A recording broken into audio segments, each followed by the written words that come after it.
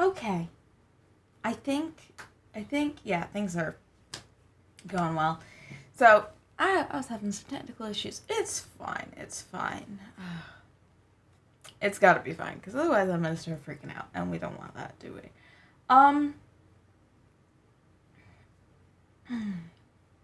So, the plan for today is we're gonna go over the PTB. I've played it for a couple days, because I actually started playing it when it came out on Wednesday. Usually I don't, like, look at it until after. Not after. Right when I do it. And now, of course, Kill.the.lights wants to do its thing where it wants to be a little frustrating, just a little bit. Anyway, one second.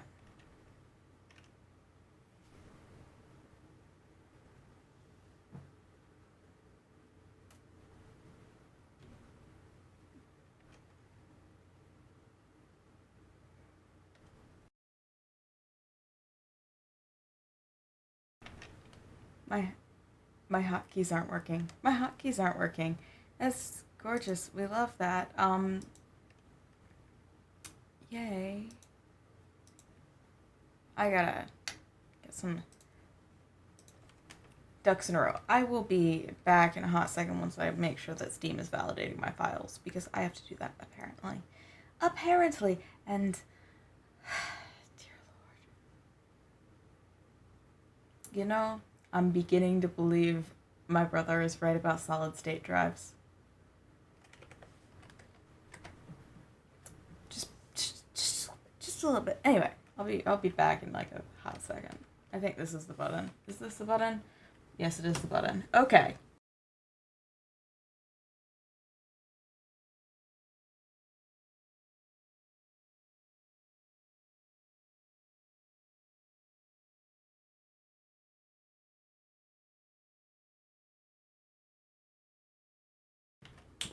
Take two. We're pretty much starting over because, oh gosh, my mouth is not wanting to communicate with my brain. Like, some kind of interruption going on there. Okay, so this month was kind of weird because I decided to start doing the playable test build on Wednesday when it first came out. Usually I wait until Friday so that you guys experience it with me. But I was concerned about some of the stuff that I heard, and I wanted to gauge whether or not that is my feelings, and furthermore, I wanted to see if, because that's the thing, when you upgrade a character completely, it feels different from playing that character at level 1. So I was like, oh, well, maybe if I do this, it'll be, like, better. I still have some problems with the aesthetics, but we'll go over that once we actually get in here. It's just Steam wants to be difficult. Everything wants to be difficult today. It's fine. It's fine. I, like, went out today and I was wearing this new pair of shoes that is, like, super cute, and they hurt like a bitch. I bled in them. It's not fun, but, So we're going over the playable test build, which includes, I keep forgetting his name. I remember Thalita, because Thalita is such a pretty name, but I keep forgetting, is his name, I'm gonna have to look up her brother's name. Motherfucker. Oh, and it's not because it's like a weird name or anything. Like, Thalita is much more, like, I've never heard the name Thalita. I think it's very cute, though. I can't remember what his name is, though, and it frustrates me so bad.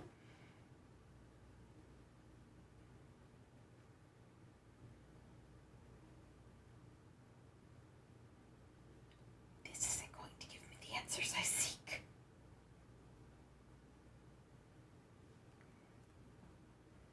We're Googling. So help me.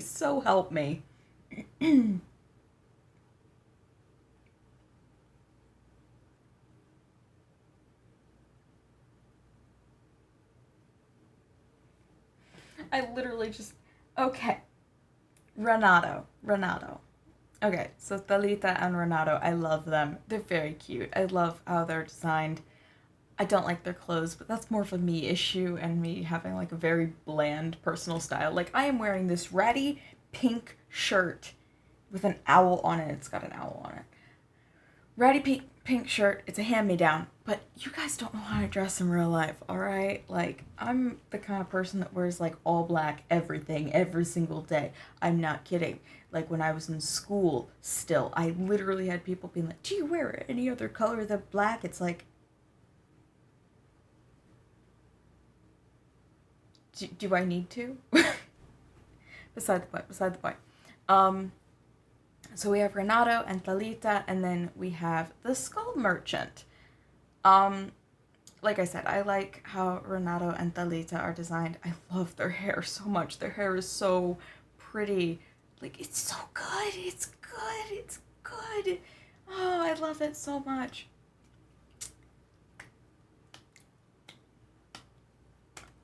As someone who really loves like sci-fi and cyberpunk, I'm a little disappointed with the direction they went with. Oh my gosh, my headset turned off in the time that it's taken Steam to figure out what's going on with Dead by Daylight. This happens regularly. I'm frustrated with it, but you know what? It's not that bad. I'm a big fan of sci-fi and cyberpunk, and I don't know, I'm a little disappointed. At the same time, I'm also a little bit angry because it's this simple. It feels like the developers looked at the Skull Merchant and said, but we need to make her prettier. Like, she's very pretty, I'm not going to deny that. And the design is, I mean, fine. I don't know.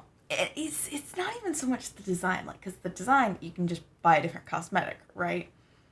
But I also have, like, some of the issues. Let's just get into the game, and then I'll break it down for you, and we'll take a look, like, one by one, and I'll explain why I have an issue with it, and whether or not that issue is because it won't work for me personally, or what. I mean, I know a lot of people are having very volatile reactions to the chapter. I don't have that reaction. I think the best and potentially worst thing I could say at the same time is I don't feel like this is finished, which I guess makes sense. It's a playable test build. But some of these ideas shouldn't have gotten into the playable test build is the issue I have with it. The issue I have with it. Like, let's specify it's my issue, okay? But, like, we'll talk about it. We'll talk about it. However, they also did a little bit of a graphical update, or it's really a rework, on the Red Forest maps, which I am actually kind of nervous about. I'm excited for it, but I'm also nervous about it because, God, it looks like they made them darker. Oh my God. I get that the maps are supposed to be dark, but when it's so dark that I could legitimately am walking into like a bush because I can't see the difference between the bush and the rest of the scenery, you're a little too dark. Like, I know that that's a whole thing that we joke about in, like, movies and stuff, that they make movies so dark that you can't see anything that's going on. Dead by Daylight can't do that. You can't be that dark to where it's like, ah, yes, I can't see anything. I already have to deal with that on Autohaven. I already have to deal with that on Badham. I don't need to deal with that on the Red Forest, which is one of my favorite map duos. Yeah, no, just, oh gosh.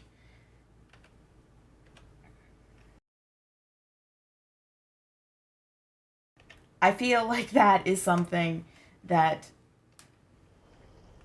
we're not taking into account enough, that, like, you gotta, one sec. I know, I don't care. Oh gosh.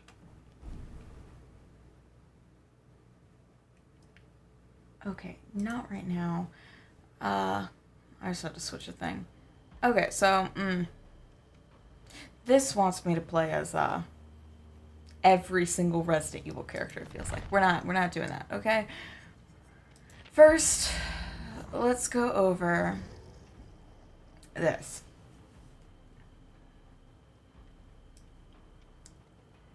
I will say I like how the fact that because this cybernetic piece, which is not really cybernetic, but this robotic piece is on this side and she's kind of leaning like she's supporting that side.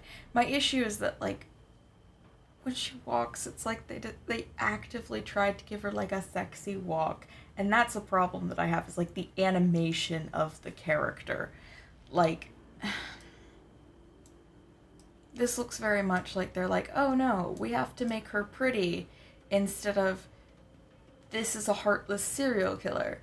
And let's face it, you can't see any of this because I keep fucking forgetting that I'm a little bit of an idiot. Let's just...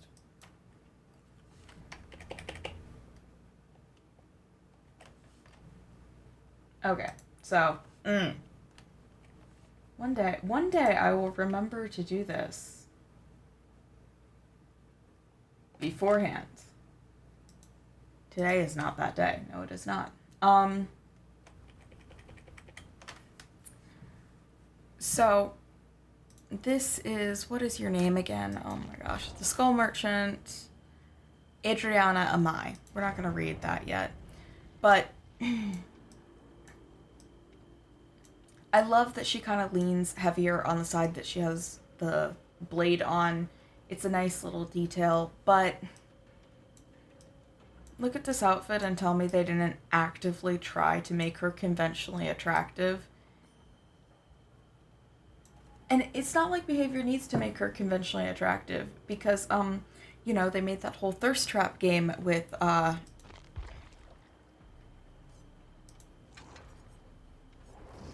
this man. And this man in his cute little cosmetic. Anyway, it's like you don't need the character to be conventionally attractive because you just don't. And it feels like they pushed really hard to make her conventionally attractive in a way that I don't fully feel comfortable with. I don't know. I would like to have more monstrous killers like the Dredge Man. This was a cool, like, iconic look. I don't know. Personal taste there. I keep clearing my throat. Sorry. Anyway, let's read the backstory now. That you also... You know what? Let's do perks first. Because, you know, that's actually on the side, so I don't have to rearrange my camera again. So, the first one is thwack. Now, even if you see this in, you know, regular sentences, all caps, exclamation point. Your prey is terrified by your relentless pursuit. After hooking a survivor, the next breakable wall or pallet you break will make survivors within 32 meters scream and reveal their aura for 4 seconds. Thwack is active for 75 seconds after the survivor is hooked. This just seems like barbecue and chili or, what's Wesker's perk? Awakened awareness with extra steps. That's it. It just seems like other information perks with extra steps. And then we have leverage, which is also getting blocked by my camera. Jesus Louise. If I have to redo this, we're gonna shuffle this off to as far as we freaking can. There we go. That's good enough. So then we have leverage. Life in the business, you profit most when those around you suffer most. Each time you hook a survivor, gain 1 token up to 10. When you hook a survivor, this perk activates. For each token, it reduces the speed at which survivors heal by 5% for 30 seconds. Okay, so I played against the Skull Merchant a little bit in some early matches. We're going to see if we notice this at all later, but I didn't notice this perk at all. Like, I had a Skull Merchant who was absolutely decimating my team, and it never became an issue. It was just a non-issue. Maybe other people can get more use out of it, and that killer just wasn't great at it, but I wasn't pleased with it. Leave it at that. And then game afoot. First you pick your prey, then you pick it apart. While you're chasing the obsession, this perk activates. Damaging generators or breaking walls or pallets gives you a 5% haste status for 10 seconds. Whenever you hit the survivor with the total most time in chase with a basic attack, they become your obsession. So this perk actually does two things. When you damage generators or break walls, you get a bit of a speed boost, and when you hit a survivor with the total most time in chase with a basic attack, they become the obsession. It's a perk. I think the speed boost could be interesting, but I don't think I would use it. That's just that. Now for the backstory, which I believe y'all can see probably fine. I just can't if I'm reading on my OBS screen, so that's fine. The self-made millionaire Adriana Amai came from a humble home in Fortaleza, Brazil. Her father, Seda, moved to Brazil as a young man hoping to see a side of the world completely different than his hometown in Hokkaido. A talented illustrator, he spent his spare time designing colorful characters and worlds.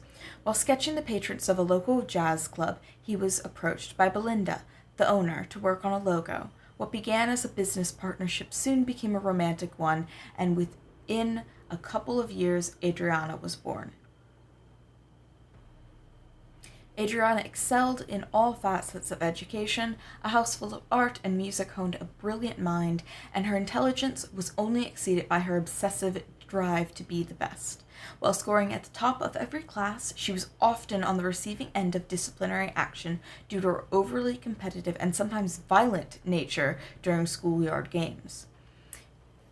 Adriana's mother did her best to keep her on the right track, but her father was increasingly absent with his own obsessive drive ramped up. Adi Valente, a manga about a young girl who saves and protects the weak with her quirky robot companion. Despite working long hours at a canning facility and writing his manga in his spare time, he somehow managed a little time every night to share his wild and highly imaginative illustrations with his daughter. By middle school, Adriana was courted by a fancy private school due to her high performance and needing money. Seda spoke to publishers about his unpublished manuscripts. He managed to find a small local publisher to carry Adi Valente, but it meant more work than he could handle. He eventually lost his job at the cannery, giving him more time to develop and illustrate his series. Adriana loved the manga, but the family was forced into hard times. In her final semester, Seda requested higher royalties, but the publishing company went into administration and decided to cut the series. It was no longer able to afford the school fees.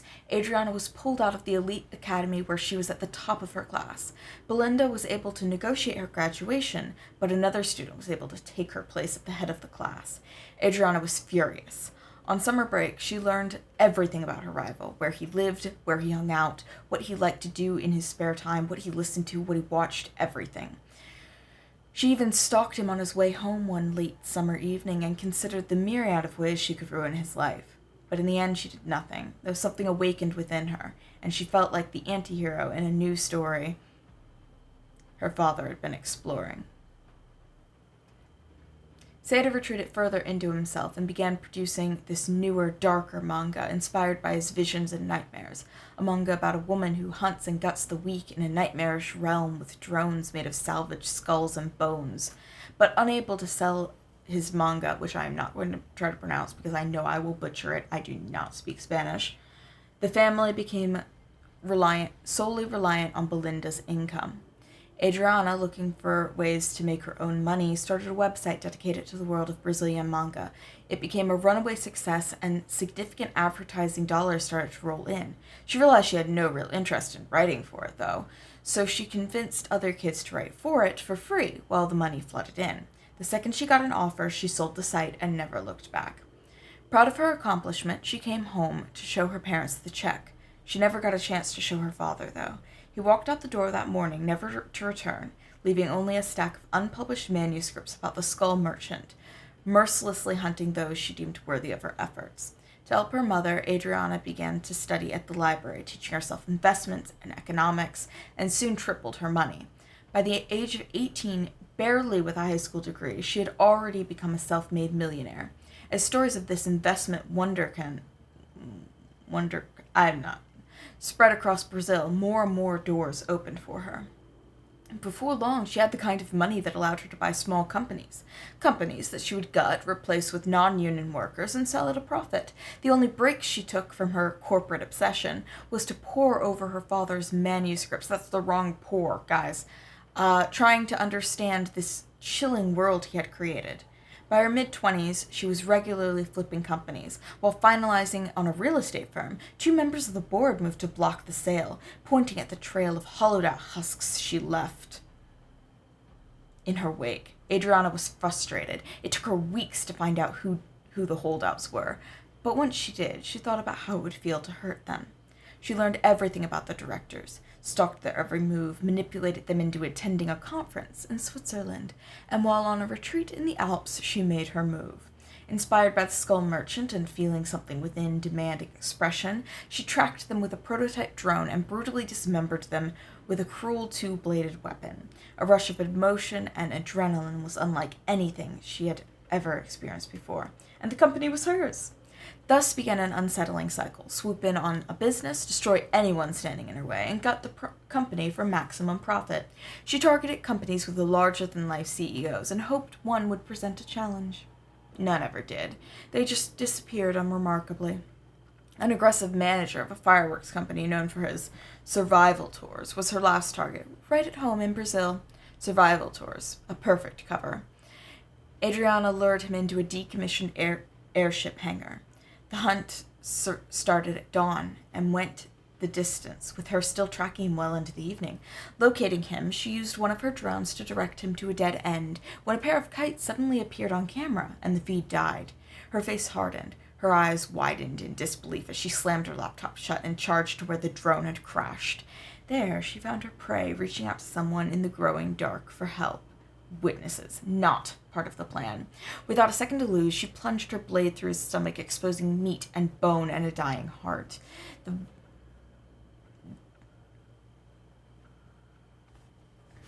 Is that a word? This is more for my own curiosity, sorry.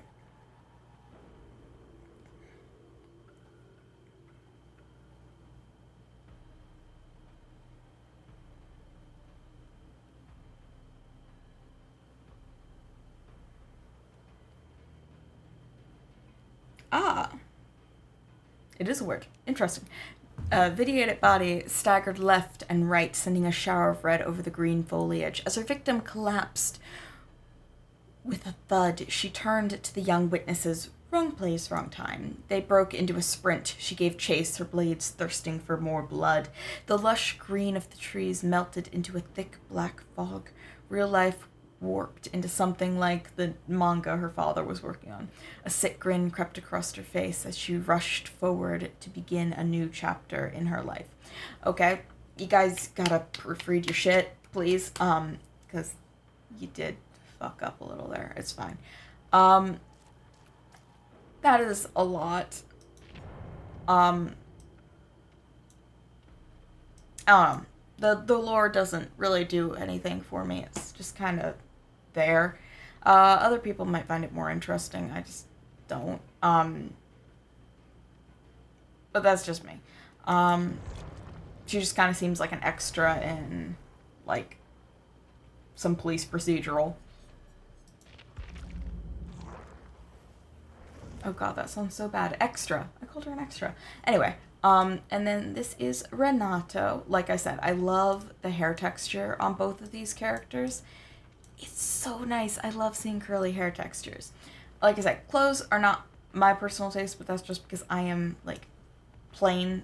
It also kind of seems like with a lot of the more recent characters, they are trying to include more Black, Indigenous, and other people of color, but they try to balance out the darker skin and darker hair with brighter clothes, so that you don't get a situation like Serena or Jake or Claudette, where they just have a very dark color scheme and can kind of get lost in a lot of the darker maps.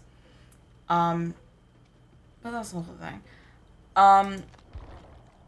So Renato has Blood Rush. Your mind and body are honed for extra feats, allowing you to push through with extra effort when necessary. The perk activates when you are one hook away from instant death, so second hook stage. While healthy, running, and suffering from exhaustion, press the active ability 1 to lose a health state and recover from exhaustion instantly and gain the broken status effect for 20 seconds. You are immediately healed from injured to healthy after that 20 seconds, but being put in the dying state will cancel the healing effect. Activating Blood Rush will disable it for the remainder of the trial. So essentially, you can only use it once. I'm not a fan of any perk that you can only use once. It bothers me, because then I always end up worrying, like, oh, is this gonna be... A lot of people say that this is really good, though, particularly if you use it with, like, Sprint Burst. I'll probably never end up using it. I tried to. It didn't vibe with me. Teamwork, collective stealth. When someone helps you out, you respond in kind. Whenever another survivor finishes healing you, you both leave no scratch marks as long as you stay within 12 meters of the survivor who healed you, or until one of you loses a health state. It can only trigger every 140 seconds. I have something to talk about with... There's 2 teamwork things, one on Renato, one on Thalita, and I have the same critique on both of them.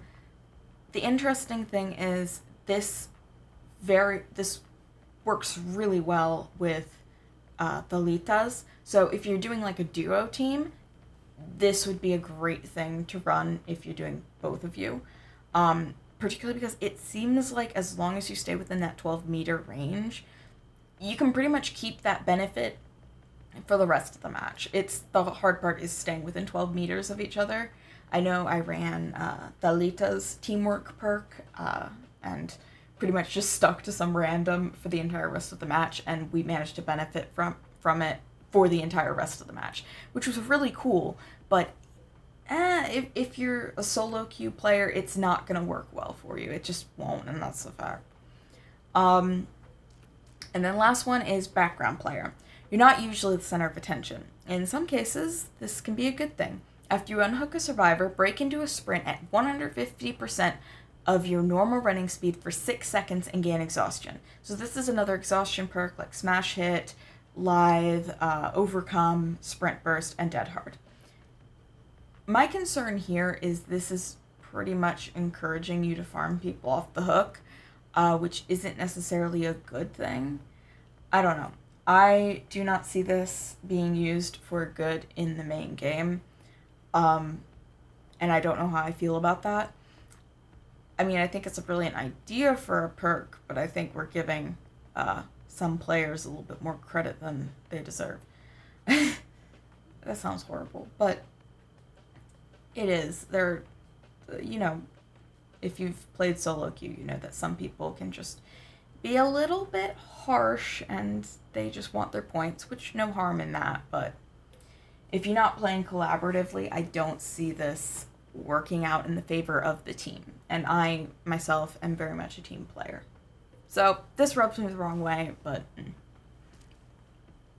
Growing up, Renato acted less like a child and more like a scientist, studying the world and people around him. He would poke classmates in the face or stand too close to them, curious to see their reaction. It was no surprise that young Renato had a hard time making friends. He was often the target of bullies, especially when he started advancing through school, sitting in classes with kids a year or two older than him and still outperforming them did not ingratiate Renato with his peers. Renato enjoyed 2 things, solving puzzles and annoying his older sister Thalita. It was his way of showing his love. Renato saw how easily Thalita won over kids and adults alike and wanted to be like her. So when Thalita started to take an interest in flying kites, Renato did too. His parents knew Renato needed help socializing. When he turned 13, they volunteered Renato to work at Uncle Ignacio? I don't know if there's supposed to be a G sound in that. Kite shop on the beach during the summer. Thalita was making new friends there. Maybe he would too. Instead, Thalita spent the day telling Renato what to do, which annoyed him more than anything. The bickering got so bad that Uncle Ignacio... I fucking know. Please forgive me. I don't know how to pronounce it, and I'm not going to look it up right this second. had to teach them the art of kite fighting to settle their differences. Renato loved it immediately. He enjoyed kite fighting so much he didn't even mind when he lost. As his uncle expected, they started to fight less and play more. If only Renato had such luck with other people, Thalita would tell him to stop being so competitive with the kids they were teaching to kite fight, but Renato wouldn't listen. He hated it when anyone told him what to do. When Thalita started spending less time at the shop to focus on her modeling, Renato had to step up as teacher. More than anything, he would hear how much everyone missed his sister.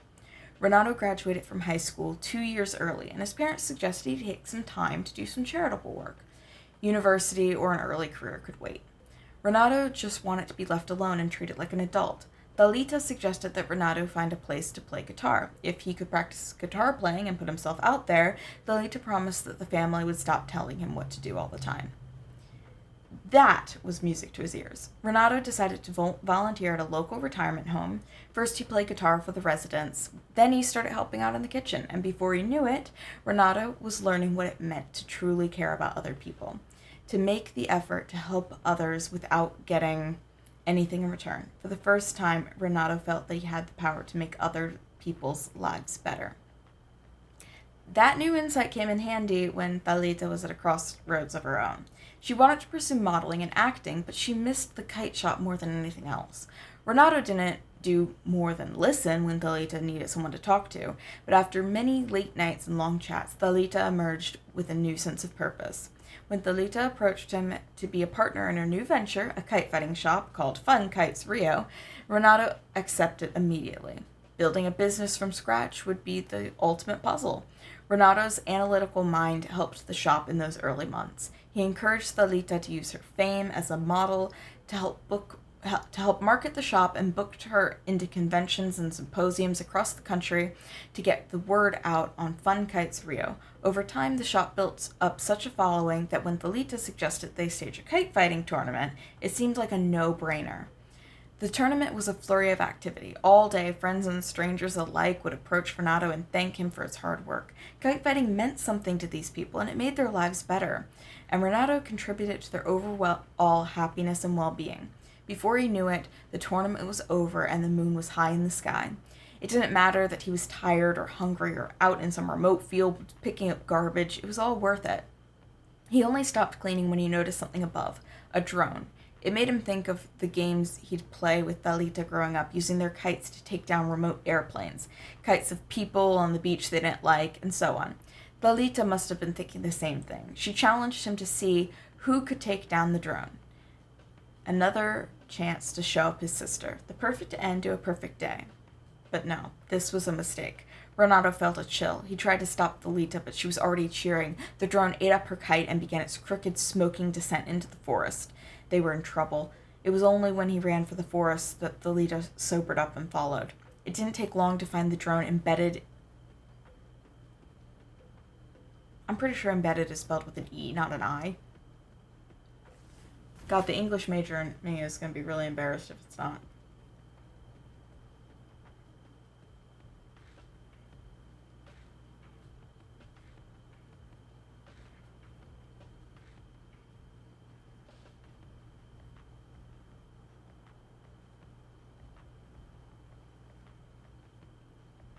So it's both. Okay. In a tree, kite dangling from its dead rotor blades. The sharp string dug into Renato's fingers as he worked the knots. He nearly had the kite free when a bloody hand reached out from the dark forest and grabbed him. Renato jumped at the sight of the injured man. He was raving, babbling, desperate for help. Renato put his hands out to keep the man from falling. It was already too late. 2 blades sliced through the man and along Renato's arm. There was no time to look down at the wound. The blades were up in the air. The man was cut in half, and the woman, clad in armor, accompanied by a drone, like the drone Thalita had downed, was standing before him. Renato knew he had to move, but he couldn't. Time was running out. Then he felt another hand on him, pulling him back. Everything was a blur. The cut on his arm was deep and throbbing, but he knew Thalita had him, and he knew he had to run. The night grew cold as they stopped to hide. Renato struggled to regain his breath, but there was no time. As quickly as they stopped, Thalita was pulling him again towards an abandoned factory. But there were no factories out here, Renato thought to himself. The factory was even colder than the forest. He clutched his arm, trying to stop the bleeding. His head was swimming. How much blood had he lost already? The lady was guarding him in some dark corner of the factory, and suddenly she was pulling Renato to his feet, telling him to run. Run where? She'd said something about a beach. Renato tried to stop her, tried pulling her back, but he was too weak. He couldn't see any beach. All he could see was the black fog closing in on them. So, okay. I see blood rush, and I would say even teamwork in his lore, but I don't know. I don't like black background player to begin with, and I wish we had a more intellectual perk, because he's literally described as a very analytical person, and I would have liked to see some of that, like, analyticalness in his perks, but that's not what we get, so that's fine. So let's go over to his sister, who is so cute. Okay, so this is not her base game shirt, but I put it on her because it's cute and I like it. Let's show you her base game shirt. So that's her base game shirt. Like I said, a little bright for me, but she's very cute. Look at her. Look at that hair. The cute little headband. I love the headband. Yeah, so as you can see, I've been playing a lot of her. I love her dearly. So her perks are friendly competition. You revel in the community spirit of competition and inspire others to follow suit. Whenever you finish repairing a generator with at least one other survivor, this perk activates. You and other survivors who finish repairing the generator with you get a 5% increased repair progress for 75 seconds. This would pair really well with Prove Thyself. However, I'm a little hesitant because I don't know about you, but if you're solo queue and you're trying to get your teammates to work with you, it's really fucking hard. I did get quite a lot of use out of this one, though, when I was playing, so I'm not mad about it. I, in fact, think I could really like it. I don't know. It's a whole thing. Then we have the other teamwork one, Power of Two. It's hard to keep up with you, but it doesn't stop people from trying. Whenever you finish healing another survivor, you both move 5% faster as long as you stay within 12 meters of the survivor you healed, or until one of you loses a health state. Teamwork Power of 2 can only trigger once every 140 seconds. Okay, so Teamwork and Power of 2 and Collective Stealth is a really good, like, if you're a duo or a Swift, but I have an issue, and that is the fact that when I was using Power of Two, like I said, I had to stay in such close proximity with the random that I had healed, but also it's the fact that even when I did have the opportunity to heal multiple survivors, I only managed to get the perk to trigger twice. That 140 seconds was so difficult to get, because that 140 seconds is, I am not a math person. You will forgive me for going to my phone and getting the calculator. That is a whole 2 1/3 minute, which generators take 90 seconds. So you could complete 1.5 generators in that time. That's a lot. But I suppose, like I said, if you're a duo and you're able to coordinate, this would work really well, and that would probably be really powerful together. I also want to note that with Collective Stealth, you have to be healed, whereas Power of Two, you have to do the healing. Interesting. And then last, Cut Loose, which other people have said would be, like, really useful for their playstyles. I am kind of a press W and hope for the best kind of person, so not for me, but for other people, yeah. You get in enough trouble, you know how to get out of it. After performing a rushed vault in a chase, this perk activates. While this perk is active, your rushed vaults are silent for up to 6 seconds, and successfully performing a rushed vault during this time resets the timer. The perk goes on cooldown for 45 seconds. Okay, so for this, you pretty much have to vault the same place. It's going to be really hard to transition to a different window on most maps. I'm certain other maps you're able to find, like, areas, but I was playing on Sheltered Woods for every time I was using this, actually, and I could not manage to get it to activate on 2 different vault locations at the same time, which is unfortunate. But trust me, I know how many people do repetitive vaults, and this is going to be really useful for them. If you were to ask Thalita, Lyra would tell you that what she wanted in life more than anything was to bring people together. Whether it was her father selling out clubs for the latest photo band he'd signed, or her mother showing off Botafogo, Lapa, and I'm not going to try to pronounce that, to groups of tourists around the world, Thalita loved seeing people come together to share their passions and form meaningful connections. As a teenager, Thalita found her community through kite fighting. Her uncle taught Thalita and her younger brother Renato to settle their petty squabbles through making kites and flying them into each other until someone's string is cut and a winner is decided. Thalita and Renato would spend their summers at their uncle's beachfront kite shop, working in the mornings and fighting kites in the afternoon. Their antics caught the attention of kids and adults alike, and it wasn't long before Thalita started teaching kite fighting at the shop. Eager to connect with even more people, Thalita would film these fights and post them online. Free publicity, she told her uncle. Little did Thalita know that her kite fighting videos would be her ticket to stardom. Videos that featured her and her commentary would get more hits, with viewers commenting on Thalita's kite fighting insights and her charm. The videos even caught the eye of a modeling agent. Before she knew it, Thalita was booking photo shoots for print ads and appearing in commercials. She loved the work and knew it wouldn't be long before she could transition into acting. Then she would be capital F famous, like the stars of the telenovelas she watched growing up. Her community would span all of Brazil and maybe even beyond. But it was not to be. Little by little, modeling took Thalita further from the kite shop. First, she had to give up playing to let the little nicks on her hands heal. Then she had to spend her days networking, schmoozing, and lining up gigs well in advance. By the time Thalita graduated high school, her agent was eager to get her even more work, which meant even less time at the kite shop. All this hard work and dedication will be worth it, she told herself. Years passed in a flurry. Thalita was burned out and sick of the awkward stares and lingering glances from strangers. Fame, it seemed, was not as glamorous as she thought it would be. Late nights talking with Renato helped her realize what she was missing. Connection. Genuine connection with like-minded people. That's how her father and mother drew people to them, and kite fighting was what connected Thalita with others.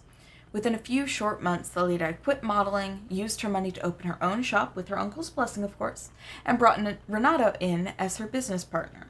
Fun Kites Rio became the premier destination for kite fighting materials, and Thalita's fame helped attract even more people to the hobby.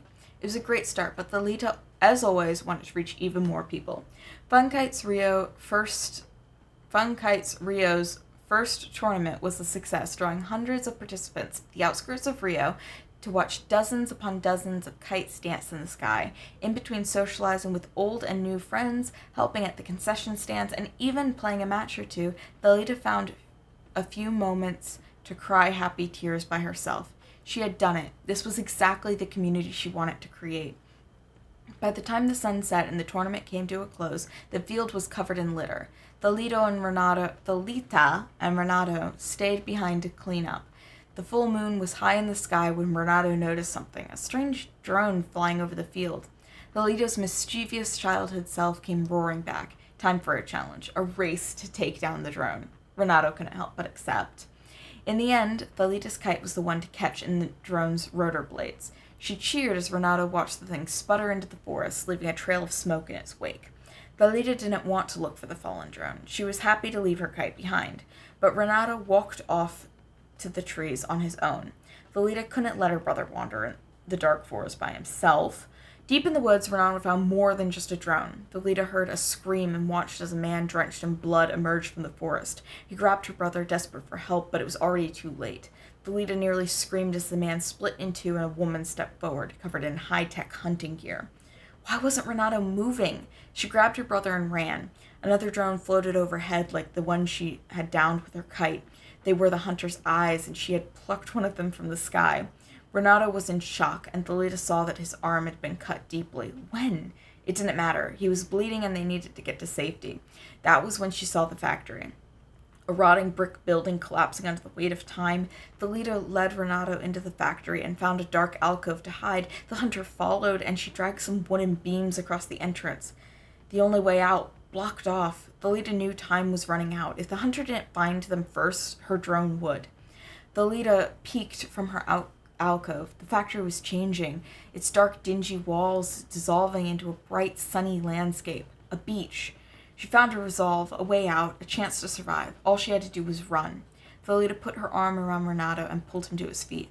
She thought she heard Renato telling her to stop, but she ignored him. This was their chance. They ran along the beach, leaving the hunter behind and kicking up warm sand with each stride.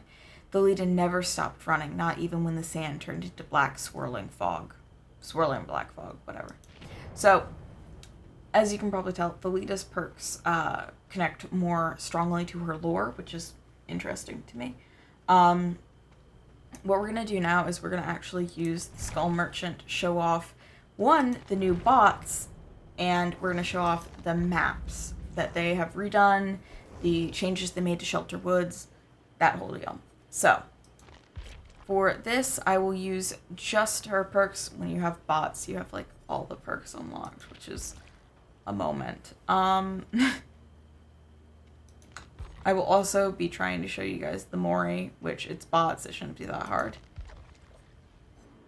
They have made upgrades to the bots that make them quite a bit more frustrating to go against, which is nice, actually.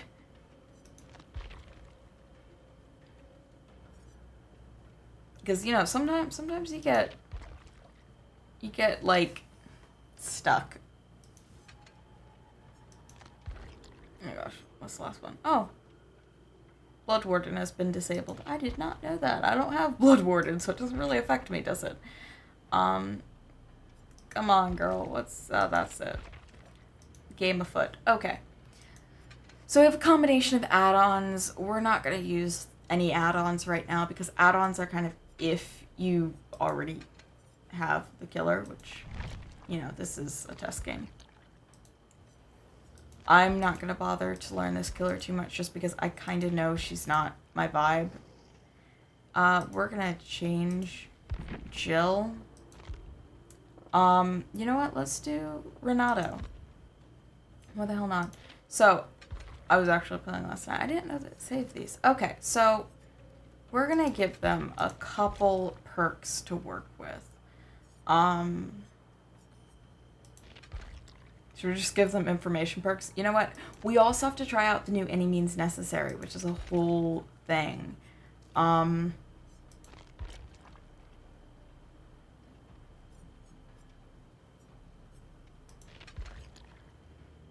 know what? No, I don't feel like it. I'm not gonna give them perks. But you can give them perks, which is the cool bit, right? Okay? Yeah. I just kind of went with all the teachables for the bots that they just gave me by default, which some of the teachables are not allowed. Like, just not all of the perks are programmed for the bots to use yet, and that is a-okay. It just happens sometimes. For example, Jill's Blast Mine, I believe, is not in here.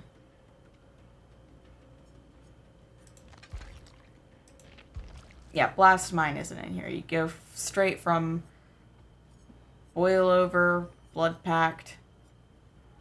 Yeah, it's not in there. So, what map should we check out first? As you can see, like, the thumbnail for these two aren't working. I kind of want to check out, what's it called? Shelter Woods first with you guys, just to show you, like, what is effectively this girl's map.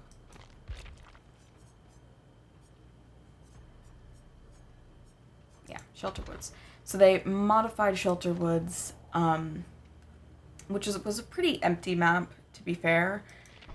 And let's talk about it. Let me also take and move my stuff.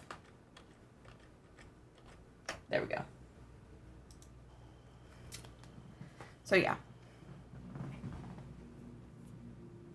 And as always, I'm going to be doing killer with my mouse and stuff. So we are going to try to show you guys the Mori, which frankly I think is kind of dull. I would have loved to see, like, the survivor trying to run, the drone detecting them, and then the stab, but that's not what we got, and I'll show you in a bit. Please, Lord, Please, please. Okay. So, Shelter Woods, nice, dark map. Okay.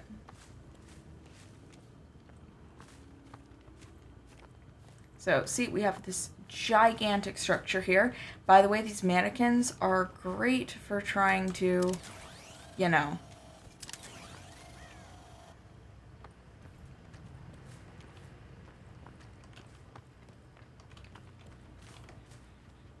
Oh, we got people! I'm gonna chase Jill just because she's going into the area. Ignore the fact that I am useless. As you can see, I'm undetectable and I stay that way just for a little bit. Okay, because she's going for Shack, we're going to take up a drone. Push her that way? Yeah. We'll take it.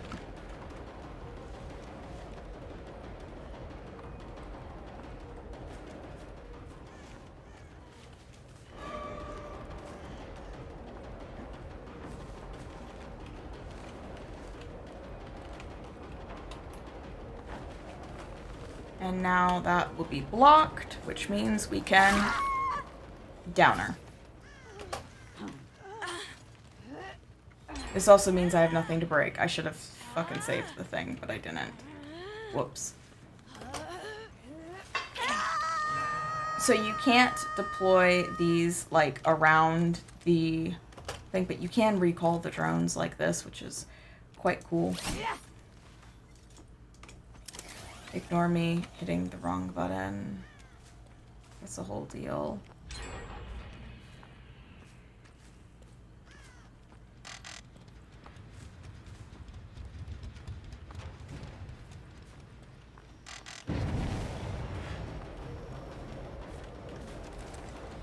Okay, so we can see her.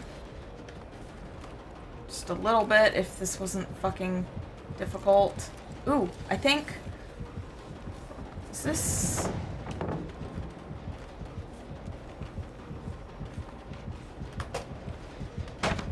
Okay, I want to show the thing!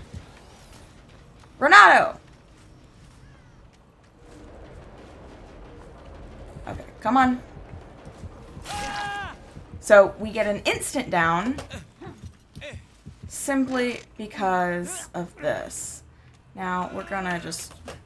I want to show off the map, Renato. Thank you. And Nia also... What the hell is happening? Is she in the fucking basement? Girl, what are you doing?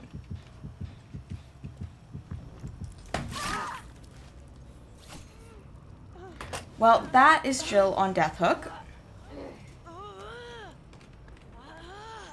But we're also going to show you what happens when you hook in the thing. You automatically get that drone back. And there. Now we can actually put it back up. Now, can I please fucking show the thing that's super fucking cool? It's this. It's this. See? There's actually a vault over there. It's not much, but it's like a little base thing.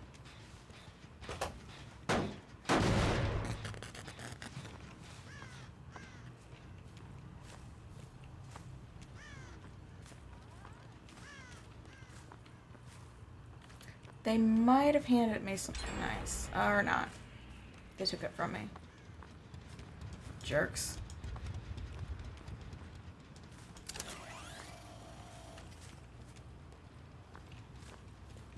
Don't teabag me, Renato.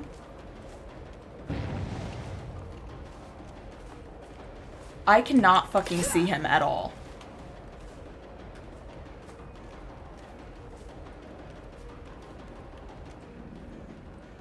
Okay, we got that bloodlust.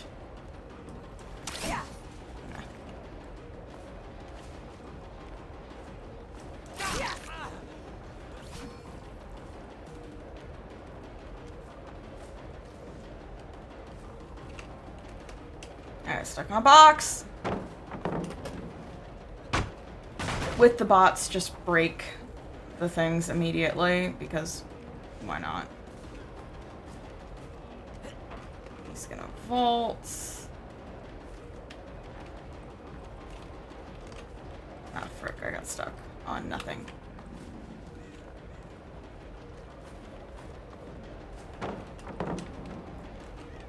Renato.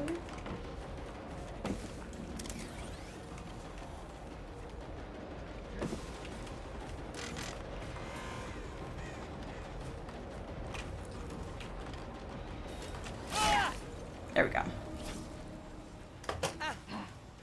So now we also have Renato Moriable. And I'm gonna try to get you like a good Mori. Which actually shouldn't be too hard.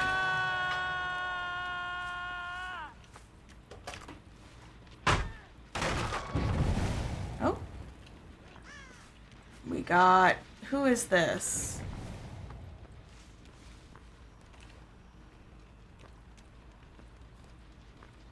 Is that Jill? No, I think that's Nia. I'm an idiot. We're gonna go after Renato just because I want to show you guys the Mori, and it's a bot, so I don't care about tunneling.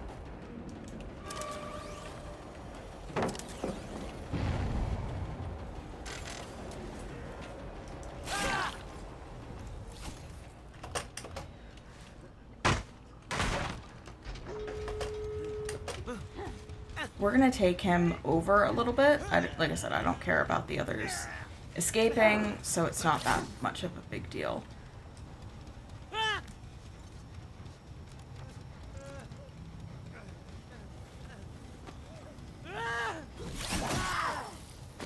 See, I feel like it would be more interesting if, like, the bot detected them and then, like, the survivor had a moment where they, like, freaked out at the bot, and then she snuck up behind them while they were distracted by the bot.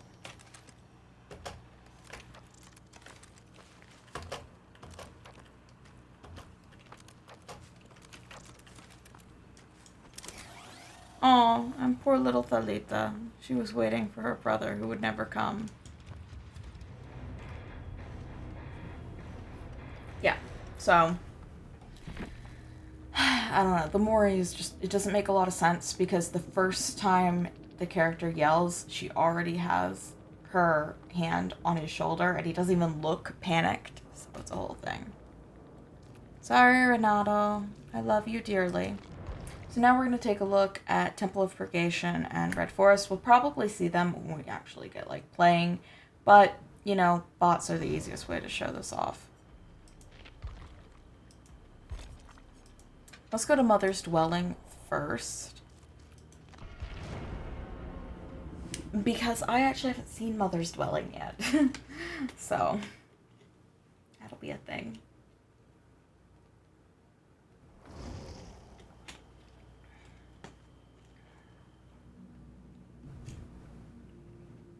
Gosh. I had for dinner, like, a homemade pan pizza and it burned my mouth so bad. So, yeah, my entire mouth hurts and I wore shoes that weren't broken in, so now my feet hurt and it sucks. And, you know, that's fine.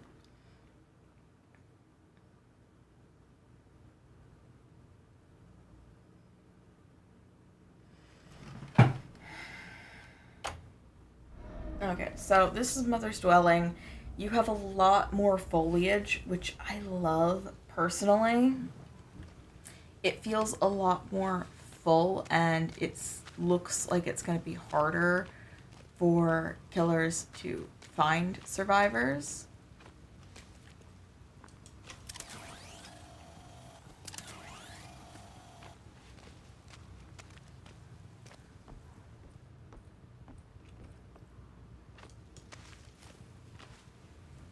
Okay, I want to put a drone right here.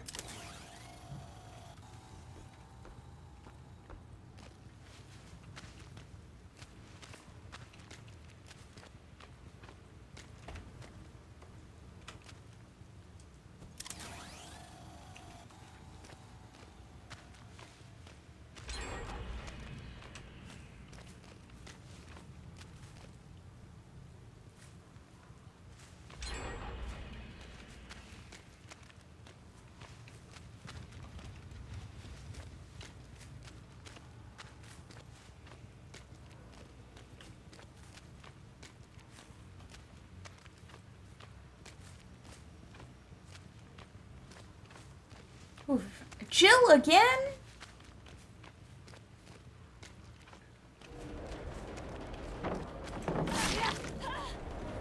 That was a thing that happened. Get it to trigger. There we go.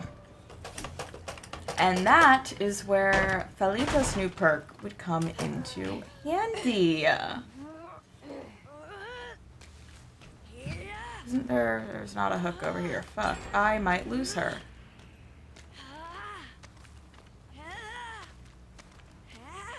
Oh gosh, wait. Yep, I lost her.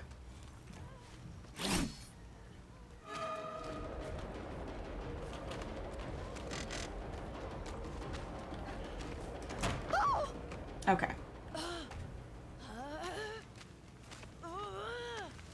So, okay, we can go up that rock, which is probably not something we should do. I have now lost 3 generators.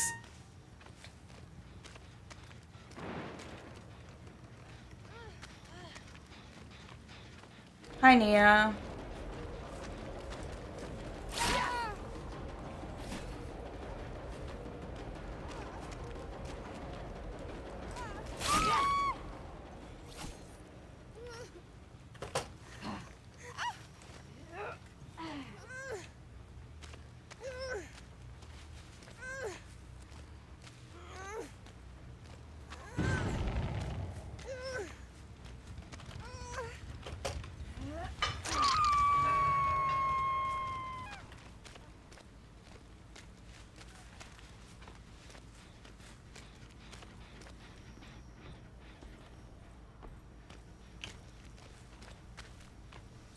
Jill.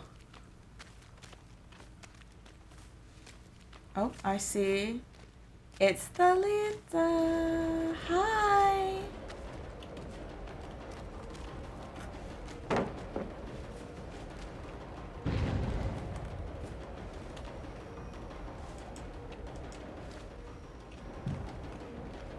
She's stuck.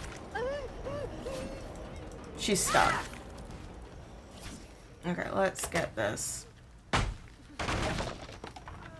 So like I said, thwack just does not fit my personal playstyle at all. That's okay. I'm sure other people will find use out of it. But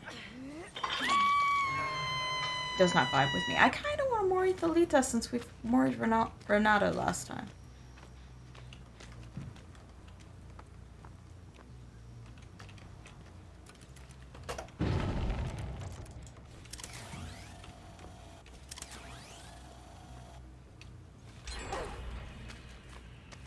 Jill.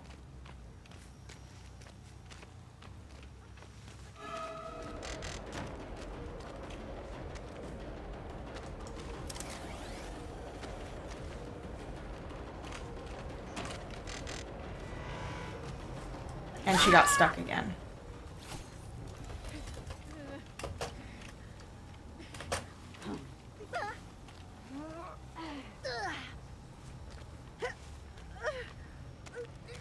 As you can see, this looks a lot more lush now, and I really like that. Okay.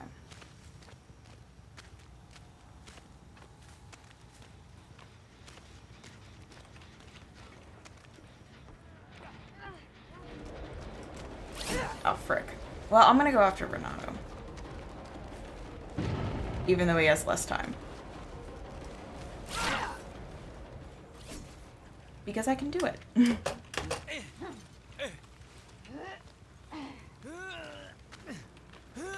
So we can mori the one. We have a pretty tight 3-gen here, let's be real. I want to take this one back.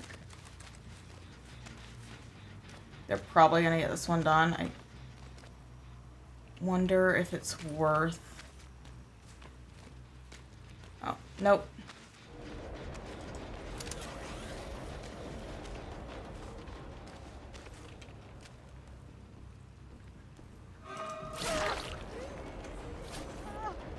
Okay, so we're gonna get Alita and we're gonna manage to mori her, which is good, I guess. Not me respecting a bot.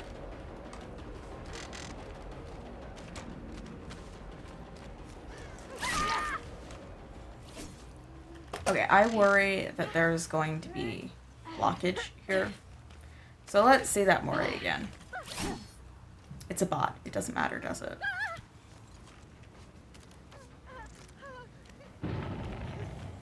Okay, so I think Renato got onto second stage.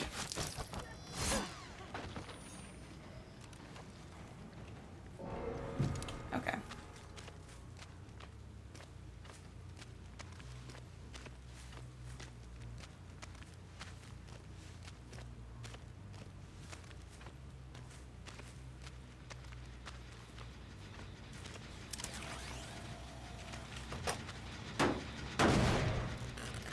I can see this being really useful on someone like Myers, the, what is it? The Obsession perk. Game afoot. Because essentially you can get back your obsession for things like play with your food.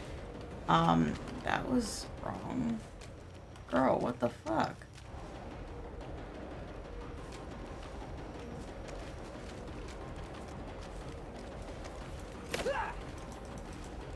Oh, this...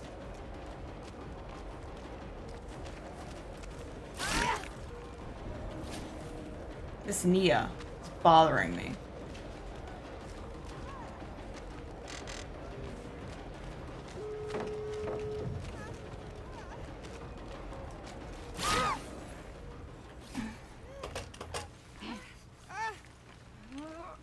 I want to get Renato.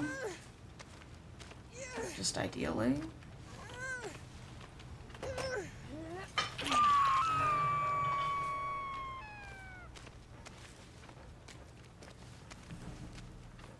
Real quick, we're going to... And then I guarantee they're going to be at the other gate.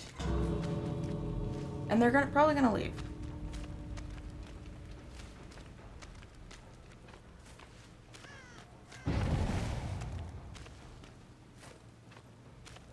Yeah. There he goes! Okay, well we got both of them, so I'm cool with that. Oh, there's really nothing left to do. These bots are out.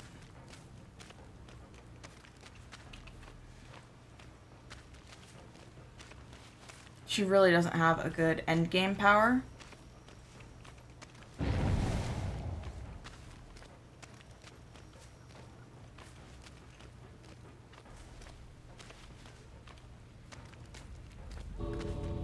We're gonna get Nia.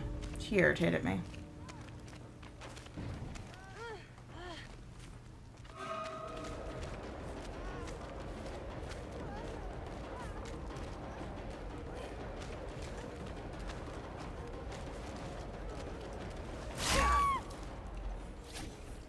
But I don't think... Oh, I can mori her. Cool. Okay. Well, we'll let Jill go.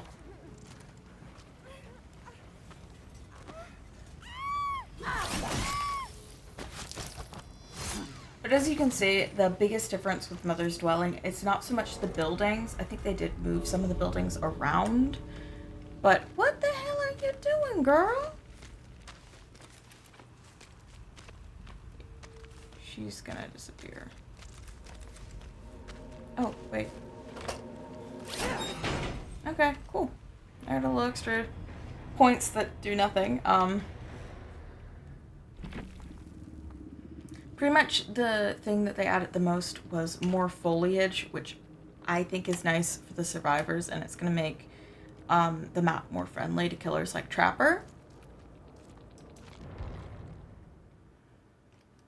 I keep forgetting to check her scanner, which is a big detriment on my part. If you don't make use of that scanner, you're really not getting full use out of the killer.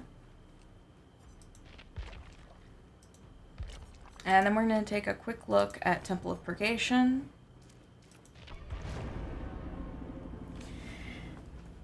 And honestly, we're just going to walk around it. Like, Honestly, this killer isn't up my alley, like, aesthetic-wise.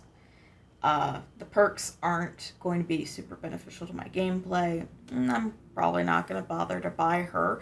I will be buying Thalita just because she's very cute and I do like some of her perks. And you know what? I might go ahead and buy Renato too, if only because I can't bear to, separate siblings. Hey, I'm a younger sister myself, so I love my brother dearly.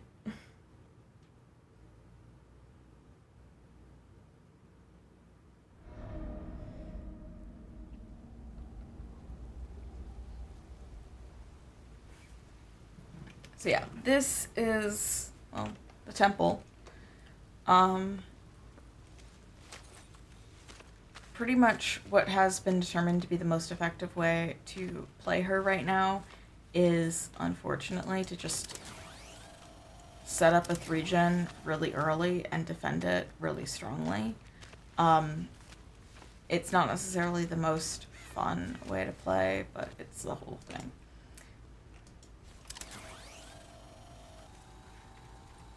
Yeah, so as you can see, they have some really great graphical changes. Wait.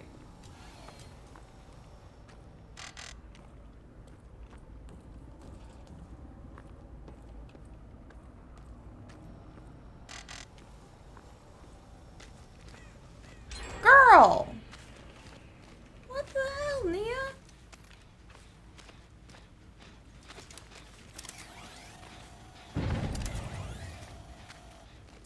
The good thing is, because Nia has that claw trap on her, we can track her. It does seem that that slows us down just a bit.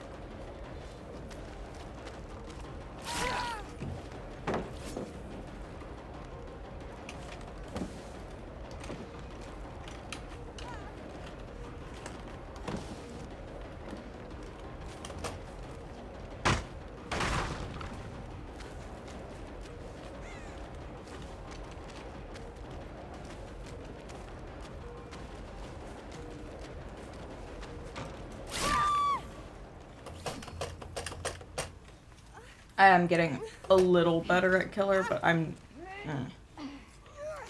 this is a killer that does not suit my personal play style. I mean, I can definitely use it, but it's just not something that fits with me personally. And it's kind of the thing, you know?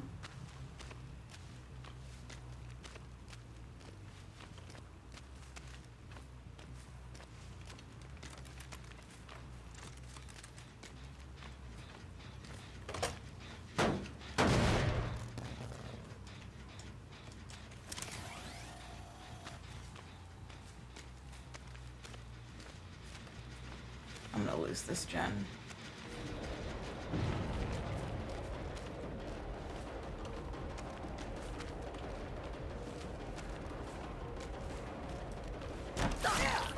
Oh, nice. I didn't think I was gonna make that. I am not good at judging distance at all. And I'm sorry, they need to fucking turn down this chase music. I cannot hear shit over it. And I do actually rely on my ears quite a lot.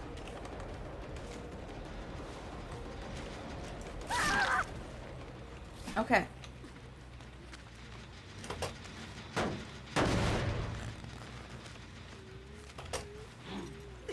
Thalita, sorry, buddy. Sorry. Oh, and we see Renato over there.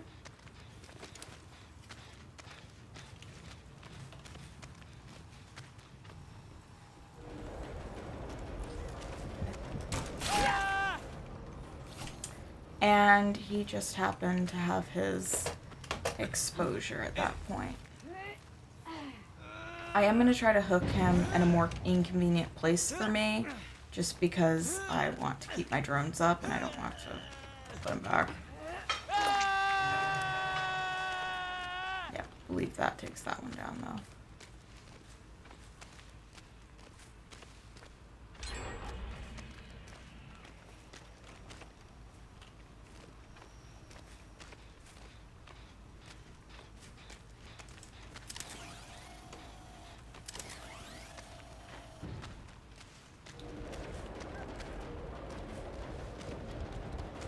I'm ignoring Nia because I kind of want to do both siblings. I am respecting a fucking bot.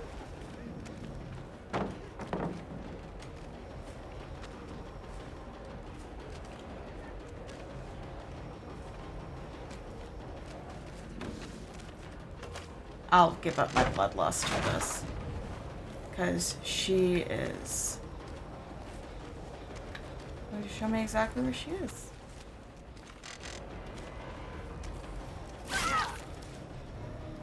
Oh. Something happened.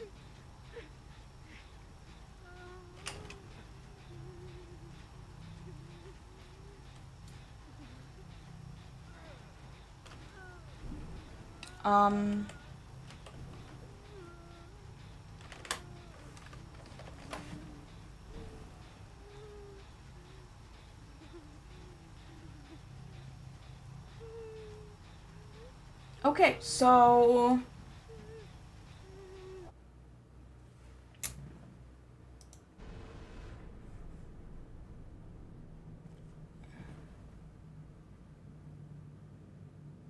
Okay, that's completely frozen. Let's see.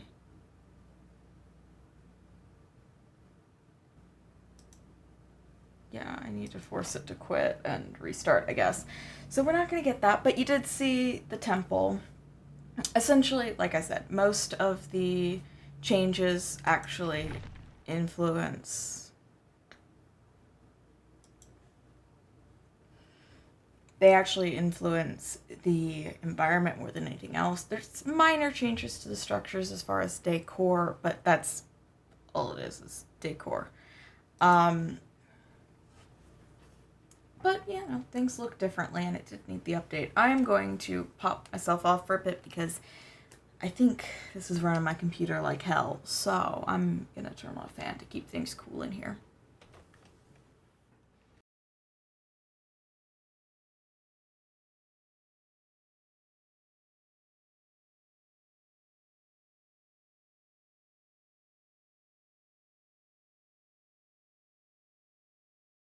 So yeah, I'm waiting for Dead by Daylight to start up again.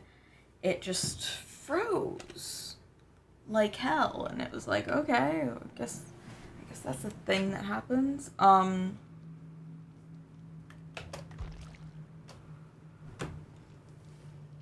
mean, I know it happens sometimes, but I don't know, it was just confusing. That's the first time I've had that happen. Good thing it was against bots and not like real people.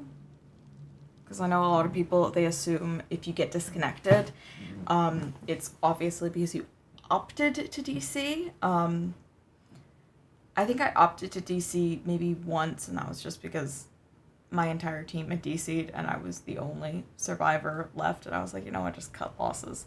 But generally, I don't like DCing. So whenever I did DC once because my cat, oh my sweet baby angel, unplugged my Ethernet cord. She wanted my attention very much. So I was trying out this so that I could try out Friendly Competition and Cut Loose together. Cut Loose, I've seen a lot of people run it with Lithe, and I guess that would be really good if you're moving to a different area.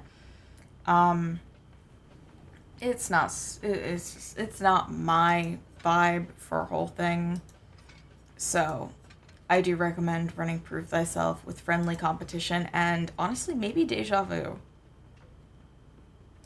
Deja Vu is a really underrated perk.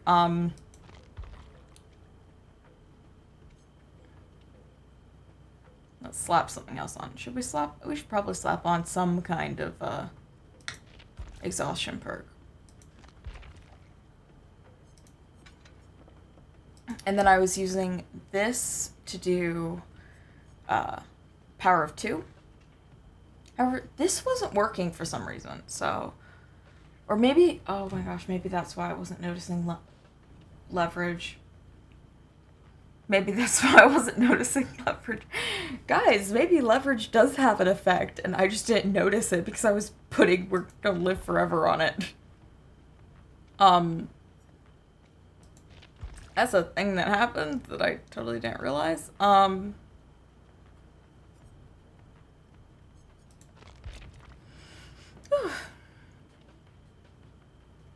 Oddly enough, I ran alert against this killer, and I'm noticing a lot of the people playing her on the PTB just aren't smashing anything, so they're not getting any use out of thwack.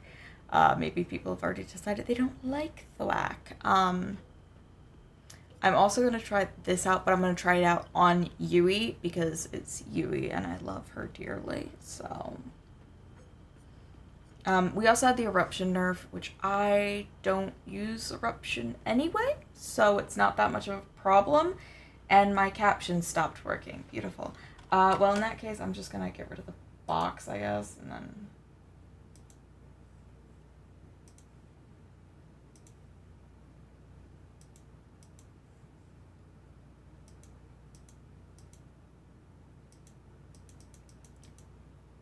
Okay. I'm trying to get it to re-enable. Okay. Is that working? Yeah, it is. Alright, alright. Okay. Lock that, please. Thank you. Yeah. Should we run Blast Mine to be mean? No, I'm gonna run Bond.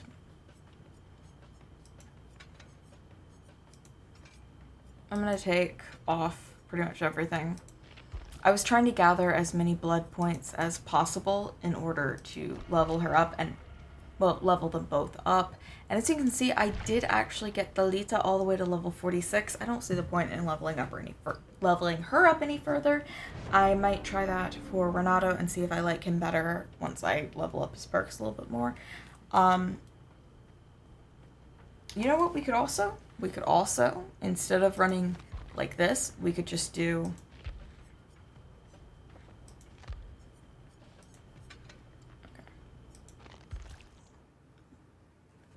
Whoops. Anyway, yeah. I think I'll just put on all of her teachables and we'll see. Oh, that's so cute. I love when they greet each other. It's so cute. I'm still not super familiar with where they land.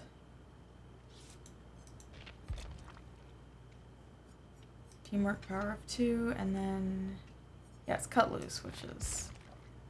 right at the fucking beginning. Okay.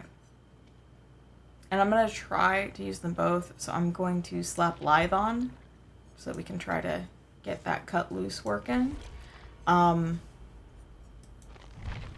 be a whole thing. And we have Sheva!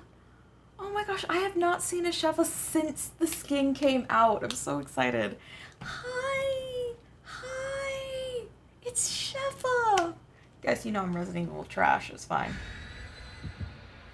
Residential trash. No, Resident Evil. We're playing Village on Monday, which is a whole deal. You guys aren't gonna like me very much during that. It's fine. So we have a Mori on the field. Hopefully we'll get to see a Mori. It's pretty much the same survivor perspective and killer perspective, as I'm sure you've seen. Like I said, I would love if it's like you look at the survivor, the drone flies in and does a little beep, and the light goes red. They realize that they've been caught. They freak out, and they're so focused on the drone that they don't see Adriana coming up behind them until she stabs them. I understand you can't go too gory because it is a video game and you don't want to be too much. I guess video games do get a little bit of more leeway on violence than like movies. Yeah.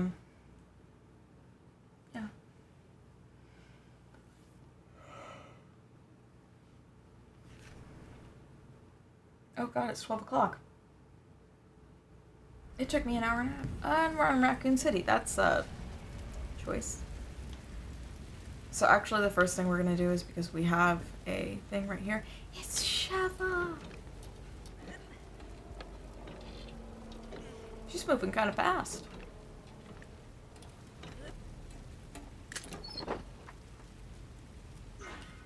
It's a toolbox.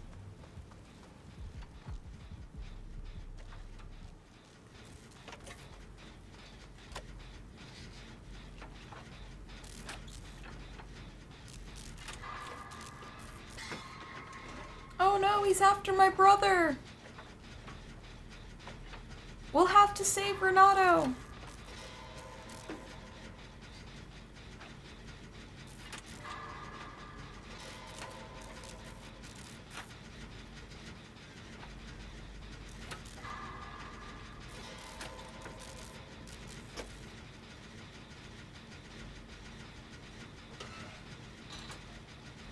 It froze again, but I didn't get a skill check, so it's all good. Why is she going so fast?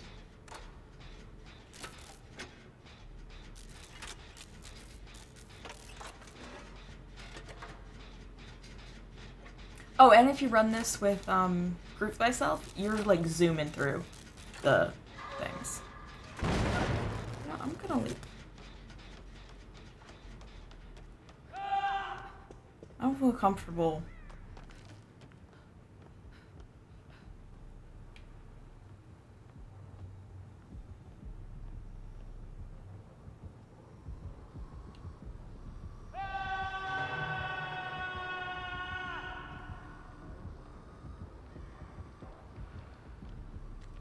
No, Fang! That was a bad choice, Fang.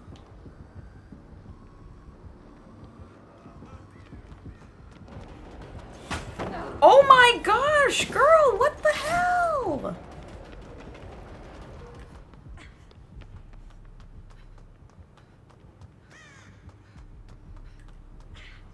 Oh, that's kind of cool.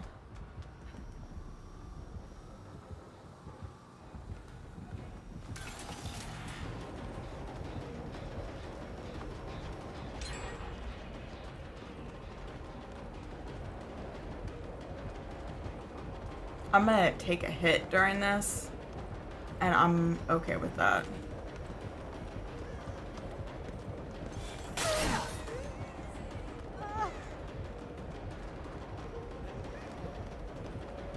Renato, no!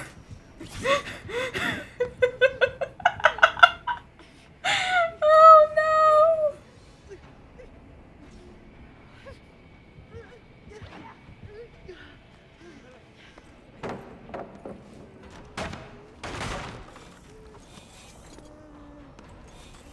He was trying to help me.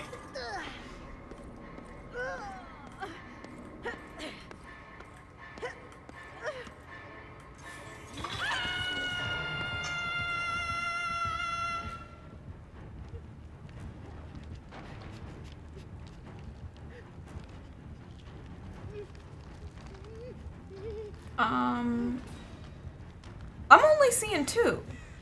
Where's Fang? Oh no, that's Fang. So Renato's in a locker somewhere. Makes sense. Or, yeah. No, don't come get me! She's still here, my guy!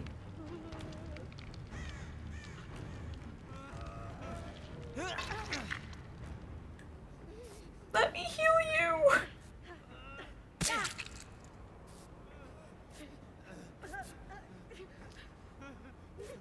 Oh, well, she's in chase, so it's not as bad.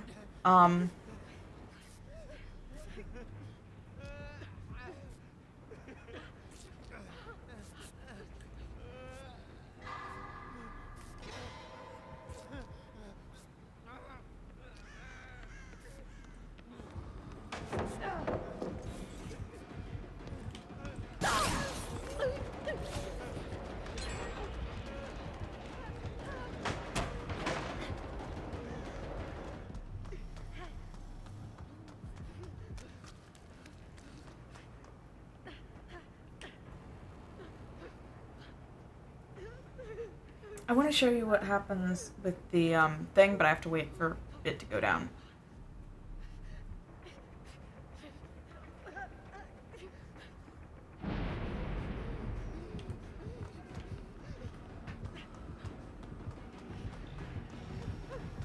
I'm going down again. Oh gosh, I wanted to take the hit for my brother.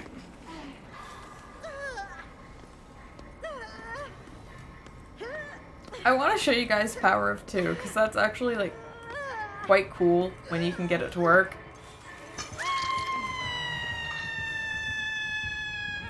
Gosh, why is this so loud? Oh, it's unusual thing. Ow, no! Renato! Please!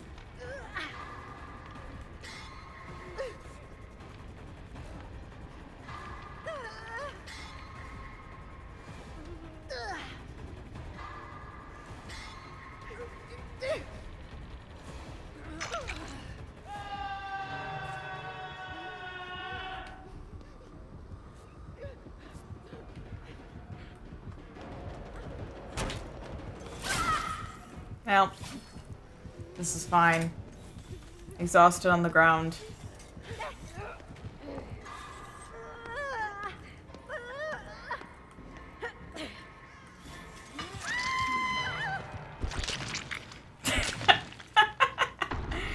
Okay, well, you got to see a little bit of it. Not Power of Two, which was unfortunately really hard to get to work. But you got to see the competitive thing and the cut loose.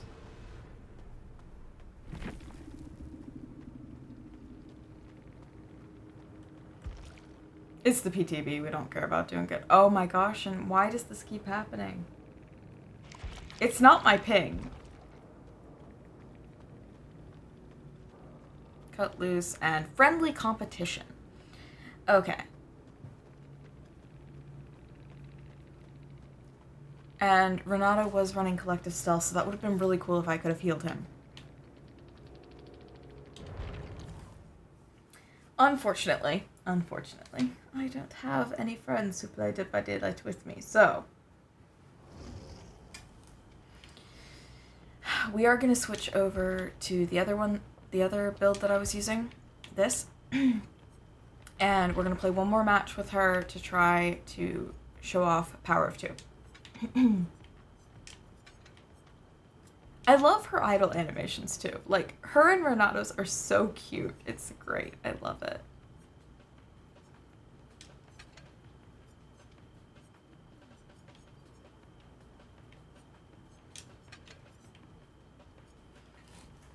Great. So, how's things? We're playing on the PTB and it's a moment. So yeah.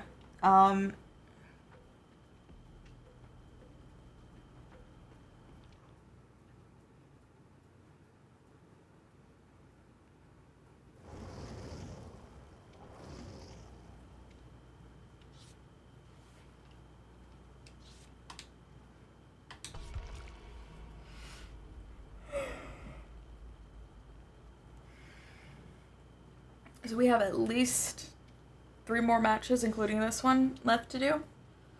Because I want to do at least one with Yui and Any Means Necessary to show off the change they made to that. And I want to show off Renato's perks.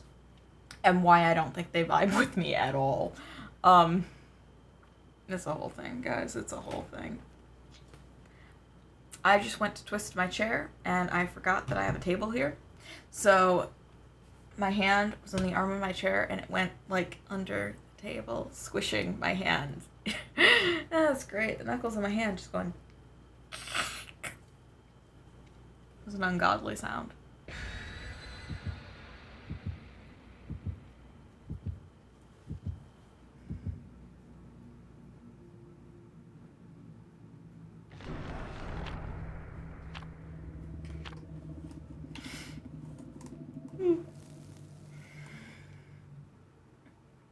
Yeah, so like usual, after this, I probably will uninstall the PTB, just because I don't feel that I need it that much. I don't know, I'm not psyched about this. I don't think it's a terrible chapter like some people do, but I also didn't think that Fortune Fog was a terrible chapter. It's just not... Sometimes Dead by Daylight has some really standout chapters, and sometimes it just doesn't, and that's okay. Hi, Dwight. Oh my gosh, I can't believe I have Bond and Empathy.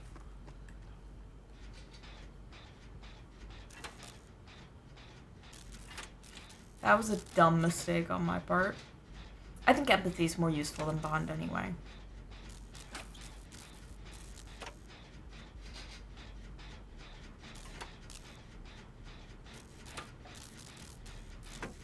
Oh no!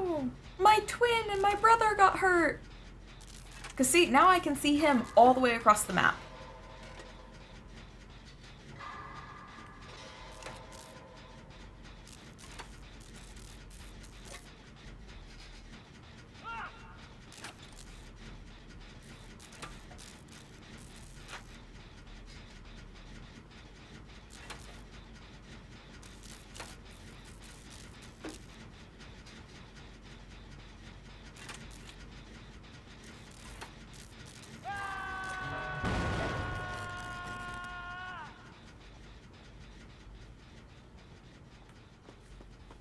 I'm coming, my guy.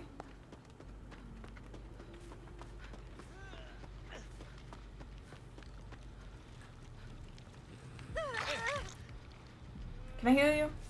Can I fucking heal you?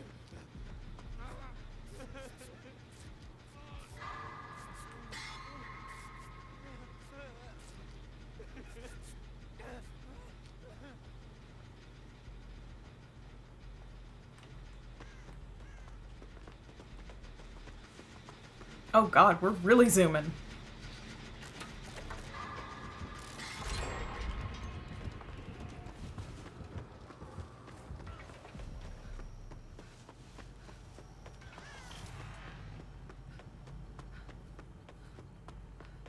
Oh, yeah, I wanted to show you guys. Okay, I'm gonna take this one over here, because it's pretty out of the way. Up, up, over, down, over. Ooh, and she has a thing. How fun is a thing? I don't need to get this one. I need to get one of the ones over there. So now she can see me, as you can see from the eye, the little anime eye. It's very cool. Very cool. Very cool.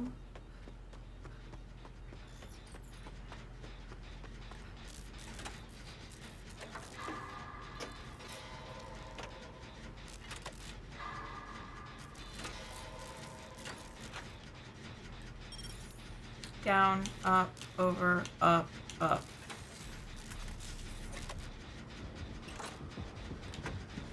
I don't know, she's up there.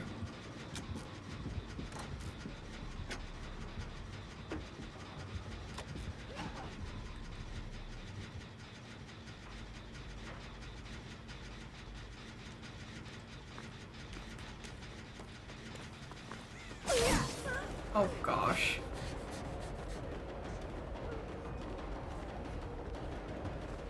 Okay, we're gonna go this way because there is no one this way.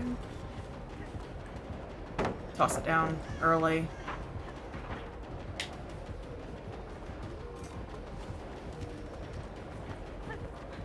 I'm going down. This is fine. I guess she had a hex. That sound was a hex deactivating. Oh, yay! Plaything! As you can tell, I really love that perk.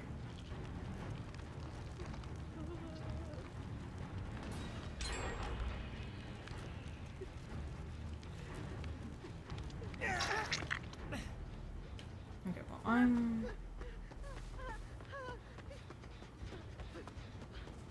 gonna boop. I don't care that it's a conspicuous action because we're about to heal.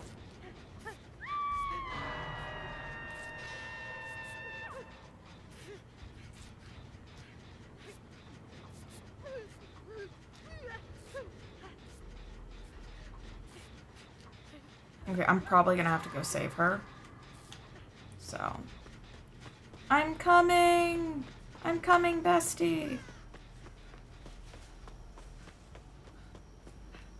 Oh no, Renato's got her. Hell yeah, go Renato.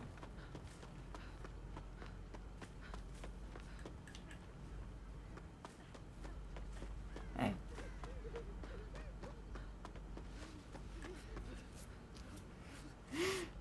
Poor Dwight. Dwights are always fucking heroes, I swear.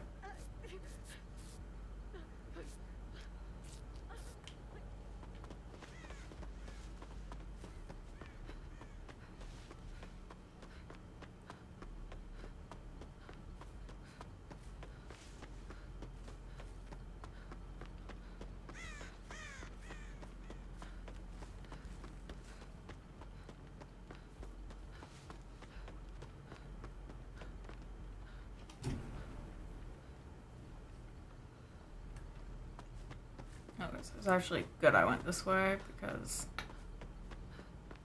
Okay.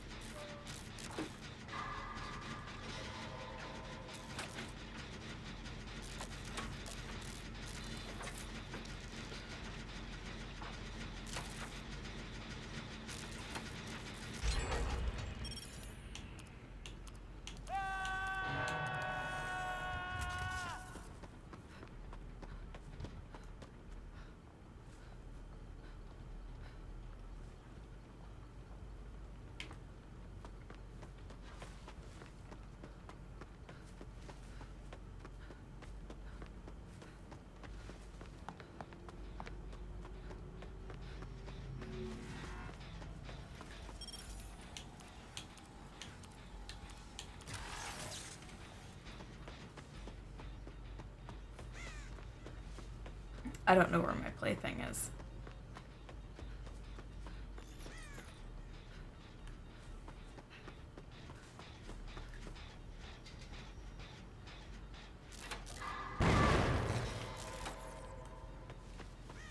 Oh God, it's in there. Jeez Louise.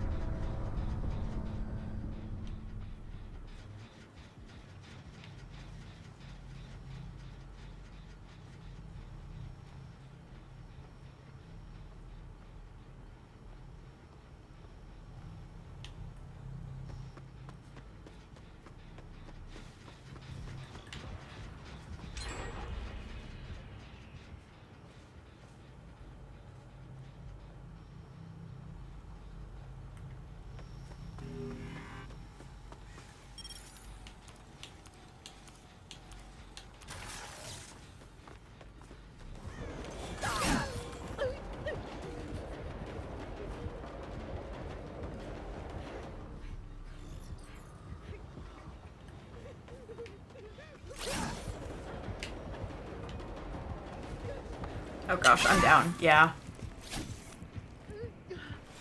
Dwight just needs to find Hatch at this point.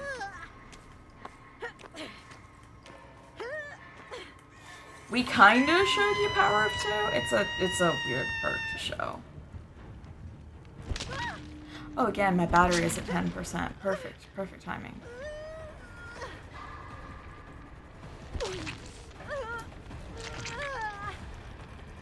Find Hatch, my guy!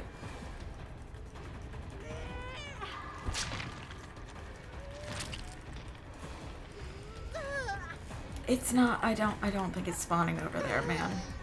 But, you know.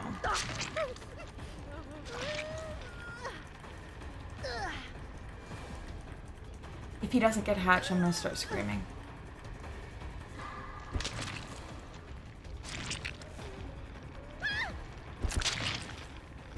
I want my Dwight to get hatched. Please, Dwight. Please. Pretty please. Cherry on top. Cross my heart. Hope to die.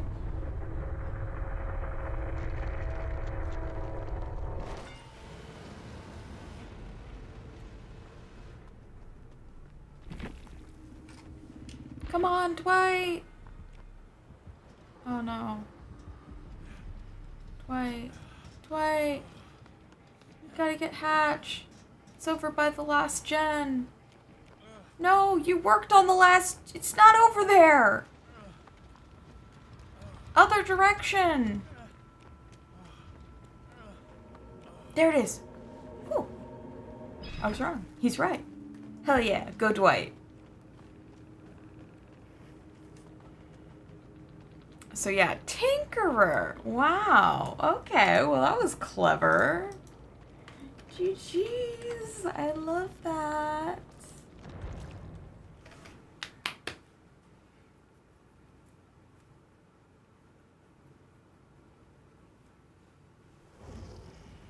Okay, so now we're gonna pour some of these blood points into this man to get him a little less pathetic.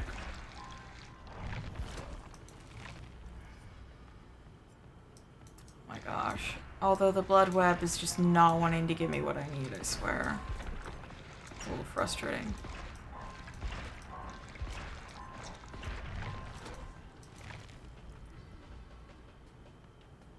My options are Plunderer or Fixated.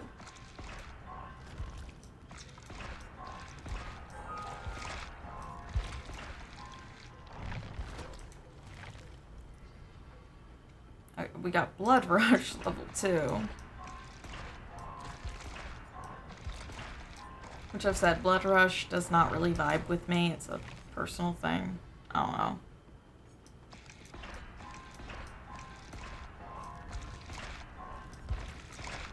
I'm not really thinking too much about where I'm putting my points either, because this is the PTB.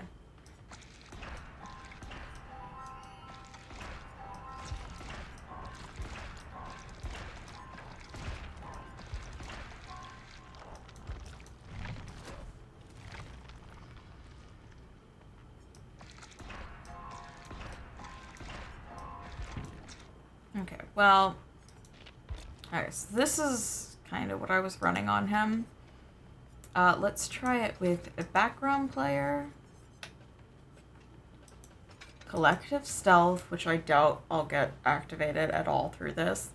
It's more of a team player thing. I'll keep empathy over kindred, actually. And blood rush, which...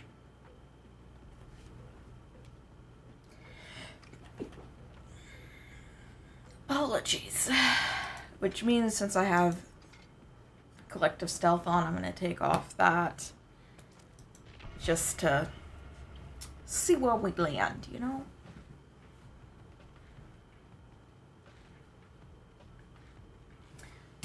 However, I will say that, like, it looks like what they modify when you level up for at least collective stealth and blood rush is the timer.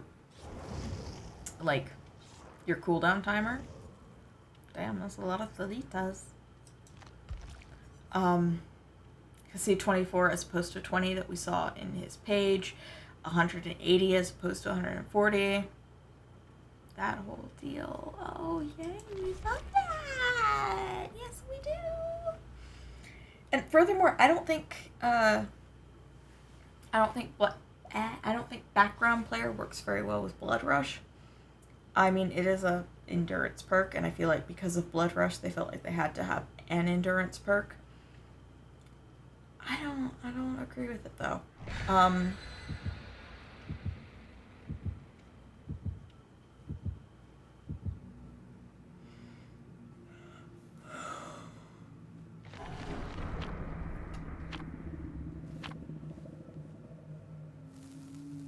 I feel like if anything, Blood Rush should be, I don't know. This is a stupid decision. It'd probably be unbalanced, what I'm thinking. It's fine, it's fine.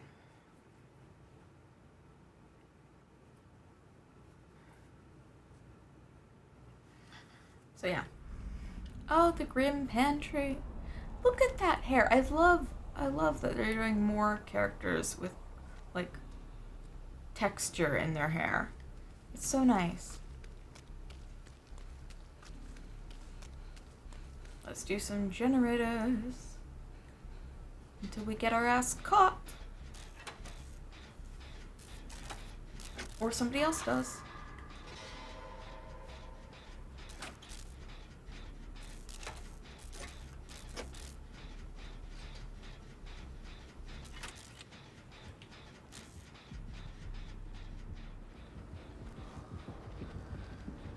She sees me.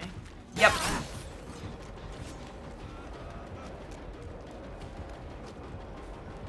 Oh, I'm fucked. Oh no, not apparently. How did that you know what, I'm not gonna question my good luck.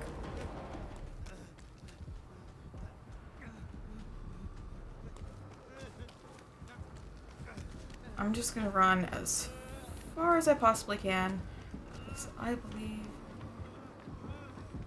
she is still on me.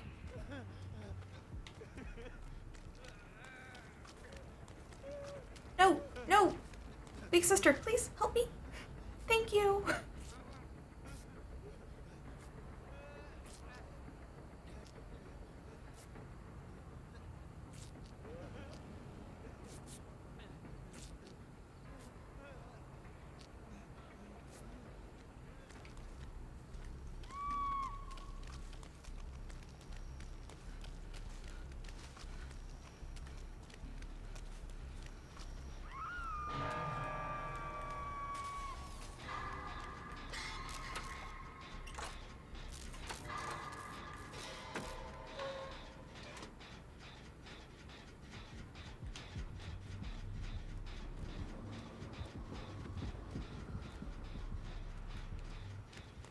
I need to go for the save, and I did not get it in time.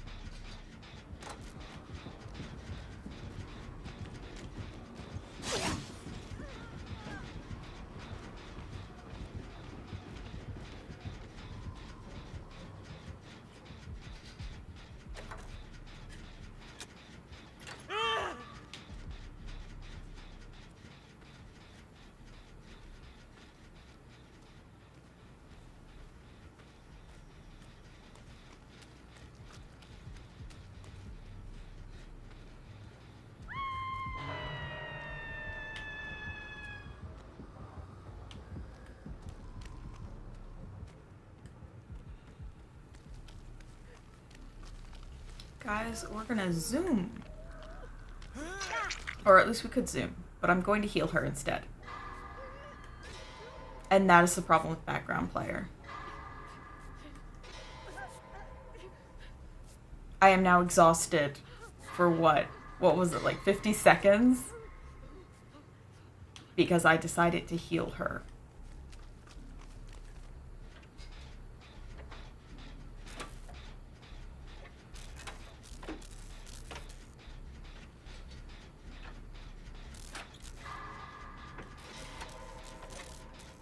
And it looks like collective stealth activated again.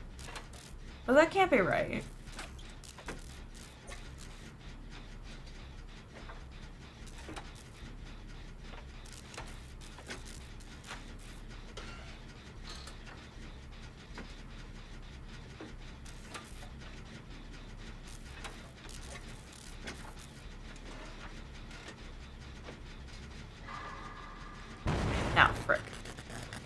Sorry!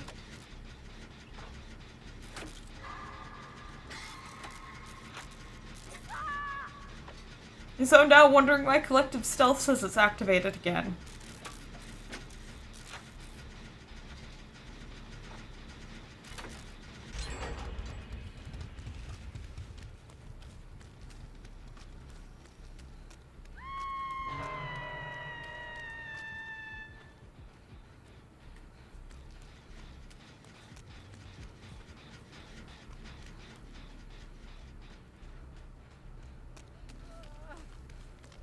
Watch. We're gonna zoom! Okay, that's pretty much the extent of it. Like, it's not special.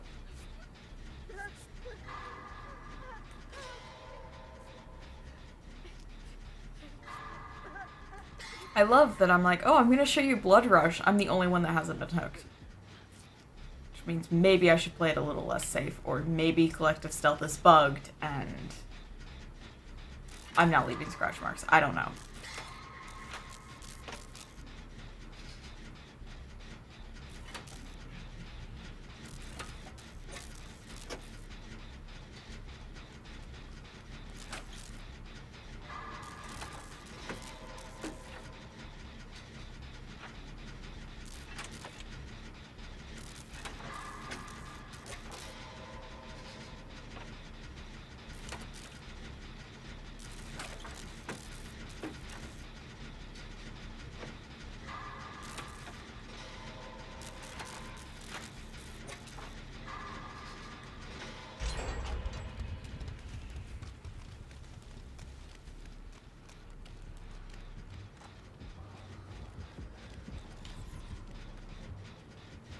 I can afford to be bold.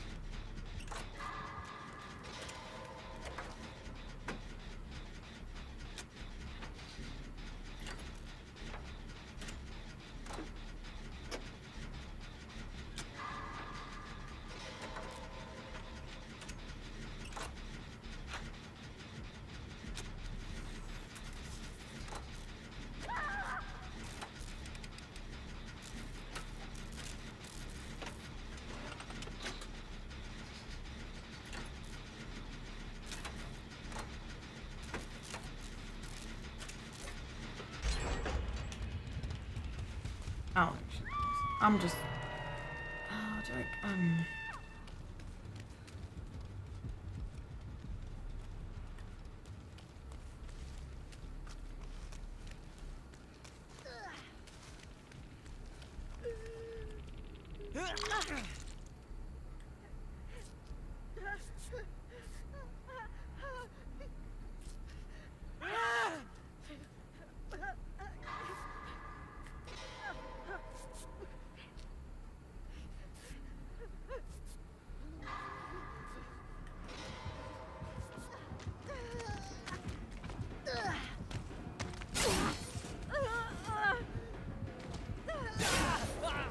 Okay.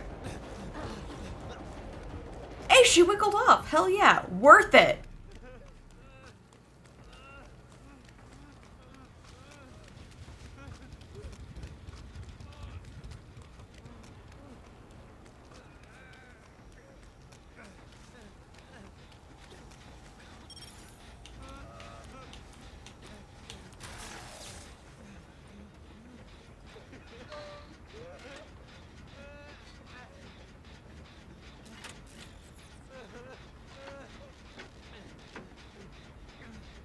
I haven't been hooked. I'm the only one that hasn't been hooked. What the hell?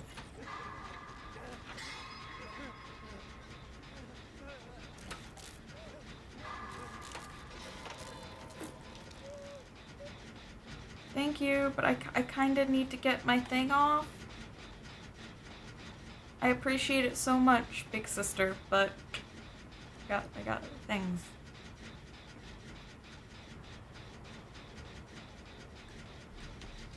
Oh, remove the claw trap. And now we have power of 2. And it looks like the thing again. Okay, well.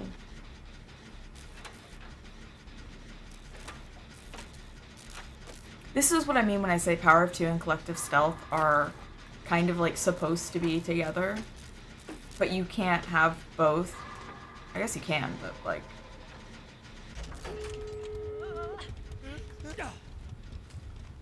Okay. I was just trying to preserve our stuff, but alright.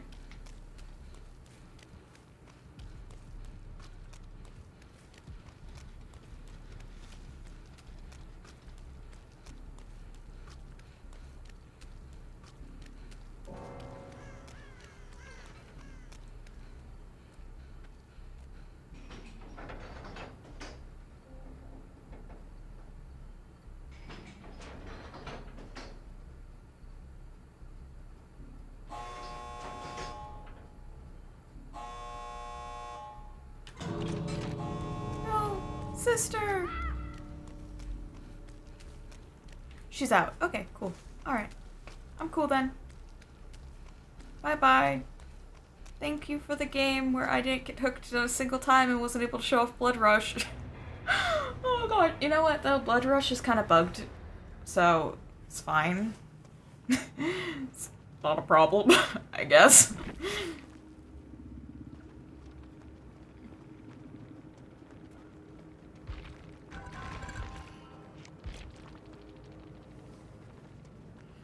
Let's see what add-ons. Okay, so this Skull Merchant wasn't using a single of her teachables, which honestly kind of makes sense.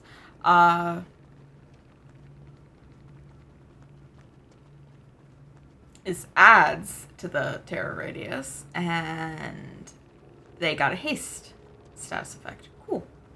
Cool, cool, cool. So we had... the other Thalita had Collective Stealth, Background Player, Cut Loose, and Blood Rush. The one that disconnected. And then my other buddy, Thalita, had Empathy, Power of Two, Bite the Bullet, and We're Gonna Live Forever. Nice, that's not actually too bad. So I don't think I'm gonna be able to get Blood Rush to work, and besides, like, when I did get it to work that once, nothing happened.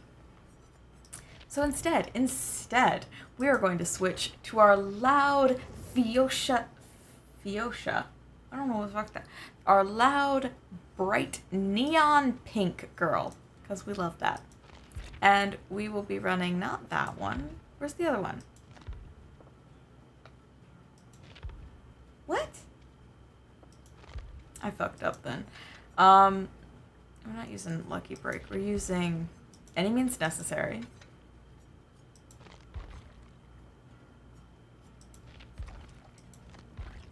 Fuck. Lithe, Reassurance, and Kindred. That's what I did. I switched them because I was like, oh, I want to try out Lucky Break, and I don't like Lucky Break. So, we're gonna try out Any Means Necessary without the cooldown, which is great. The cooldown is kind of stupid.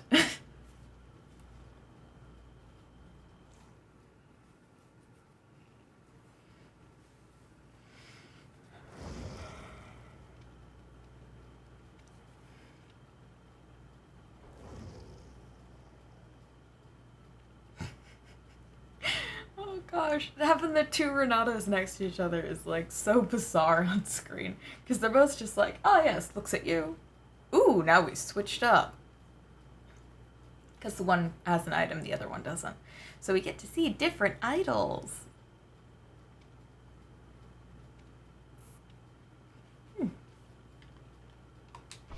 This will probably be the last match of the night because, oh gosh, I'm tired. I'm really tired. I woke up at 9 a.m. today. And it is almost 1 in the morning. Oh god, I'm tired.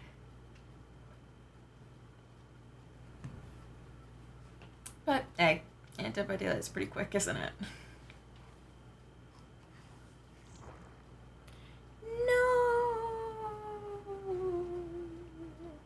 We lost Renato!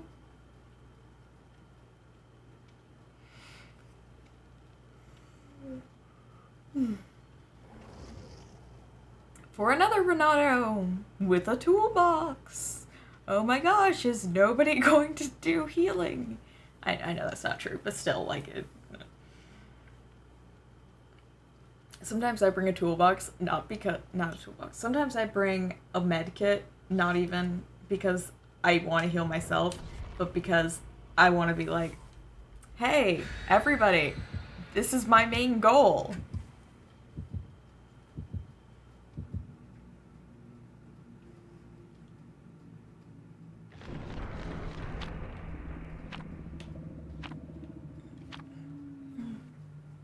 Thank you for the party streamers.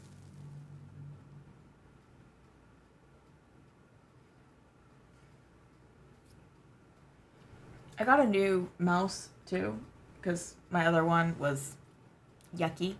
It was peeling and then it started to lag, and that was not fun. And I was going shopping anyway. I had to buy a new cell phone because my current cell phone is 2 years old and has decided that it doesn't want to charge unless it's off, which is a whole deal. And oh god, I hate this map so much. It's not that it's a bad map. In fact, I'm sure it's a very good map. I just have very bad luck with it. Of course, then again, I am dressed in bright pink.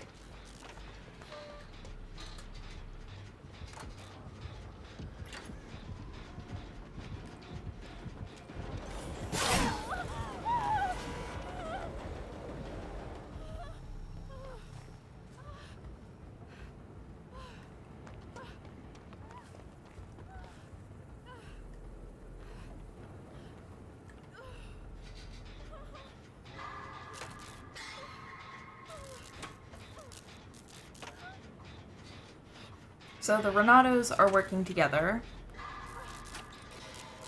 Thalita is in chase, but not within that radius.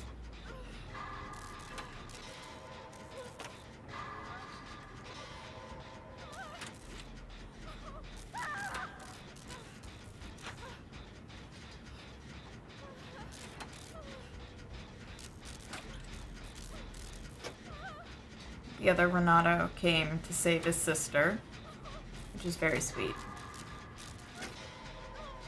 The radius reactivated. Renato is in it somewhere. Amazing the information you can get from the HUD now.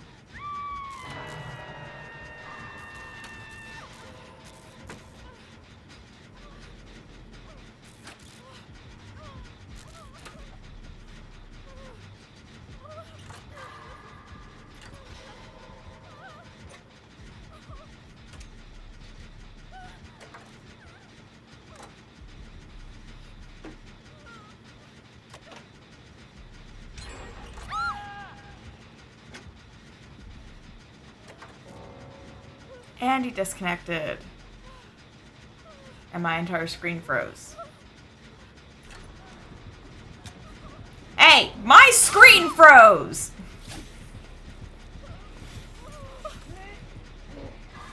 I was almost done with the generator. What's the ping like? More Renato disconnected. No! You're bullying me. Someone unhook me! Get the gen! And I want to pick up that pallet!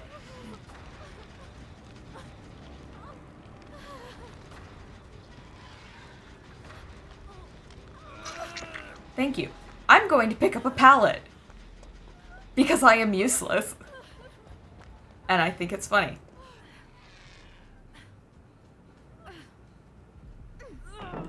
And now I will follow you.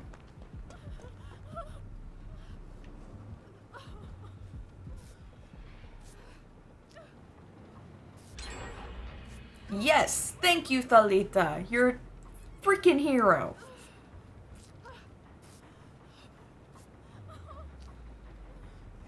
The PTB tends to be a little bit glitchy, so I try not to be, like, too upset when people DC in the PTB, because the PTB sucks sometimes. No! You smashed the freaking pallet!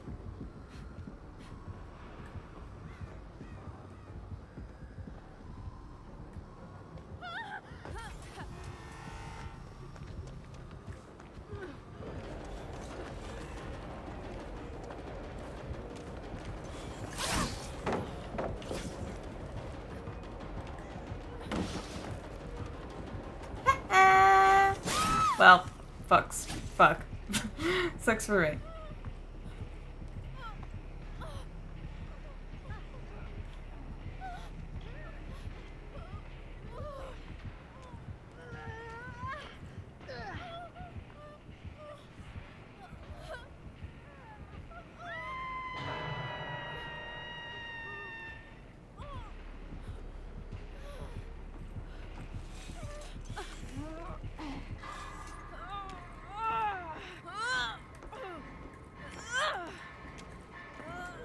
Renato, don't.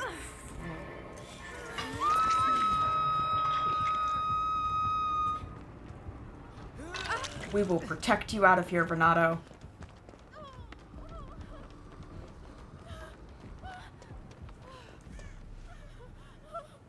But also, I have to pick up this pallet. They're probably like, what the fuck are you doing?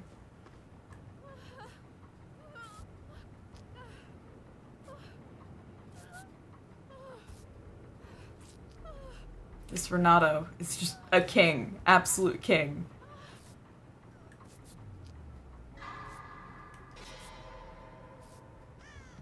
So she does have leverage.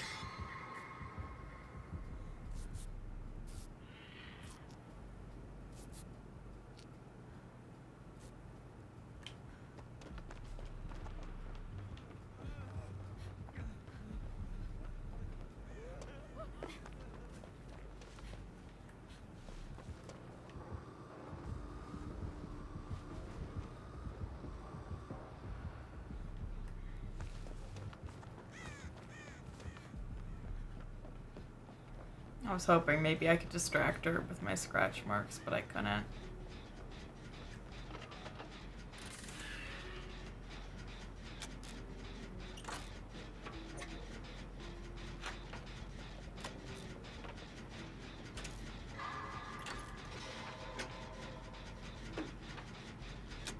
I want to get the pallet.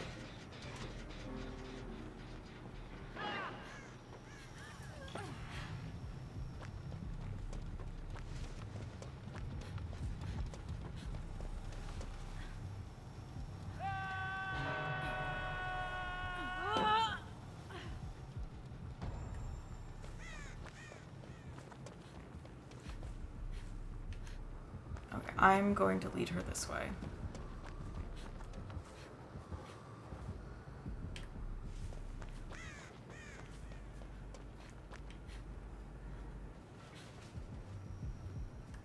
Unless... Come on. Oh, shoot, I'm still exposed. Oh well! Renato was okay, and that's all I care about.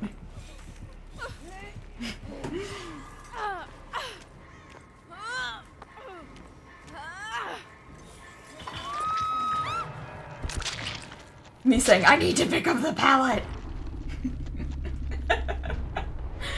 Oh gosh, I love running any means necessary. It's hilarious every time because I feel compelled to pick up every single pallet. But you know what? I played all the way through it, and oh my gosh, the PTV is so fucking glitchy right now, so... That always happens, it's the PTV. But, okay, so this is just gonna sit here, so I guess I can just do this, and, you know... I'm not playing anymore, right? So...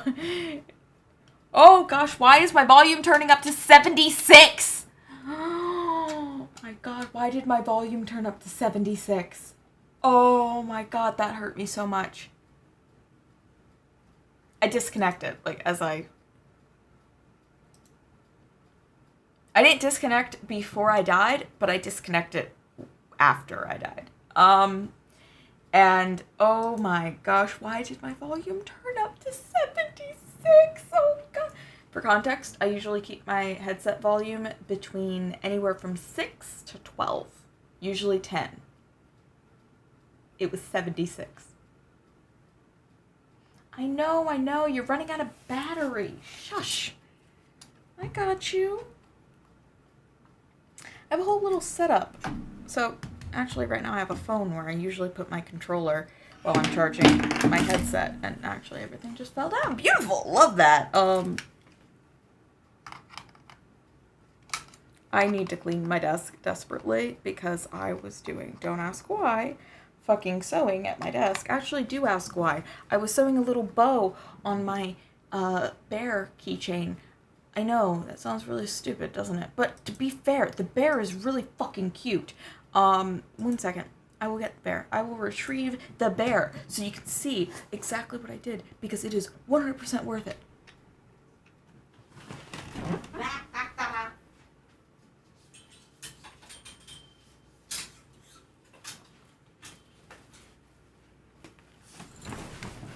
Sorry, that was me, like, running all over it. But look, see his little bow?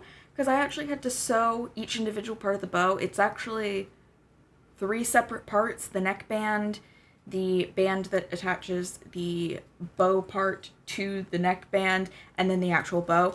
And then I had to sew him in the back so it stayed. And then I melted it, and then I super glued it. And it's beautiful, and I love him so very much. And it's the bear from the Resident Evil 4 jet ski key because I'm a fucking nerd. I love it. It's great. Also, speaking of I'm an RE fucking nerd, I got Adept Ada because I'm stubborn and it's weird. Anyway, you know, like,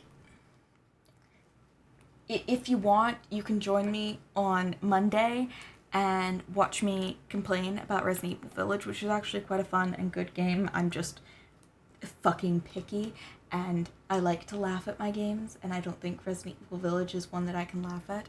It's made me cry multiple times, and I've only played it once because I wasn't sure if I was going to buy it or not, so I was watching gameplay trying to decide if I was going to buy it, and then they came out with the third-person thing, and I was like, oh, and then I bought it, and I have feelings about it that aren't particularly positive or negative, and we should talk about it on Monday when I actually start playing it.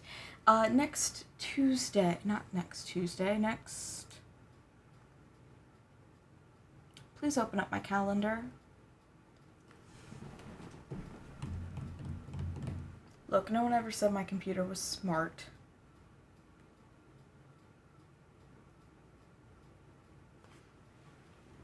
Okay, so in the time that it takes my computer to open up its calendar,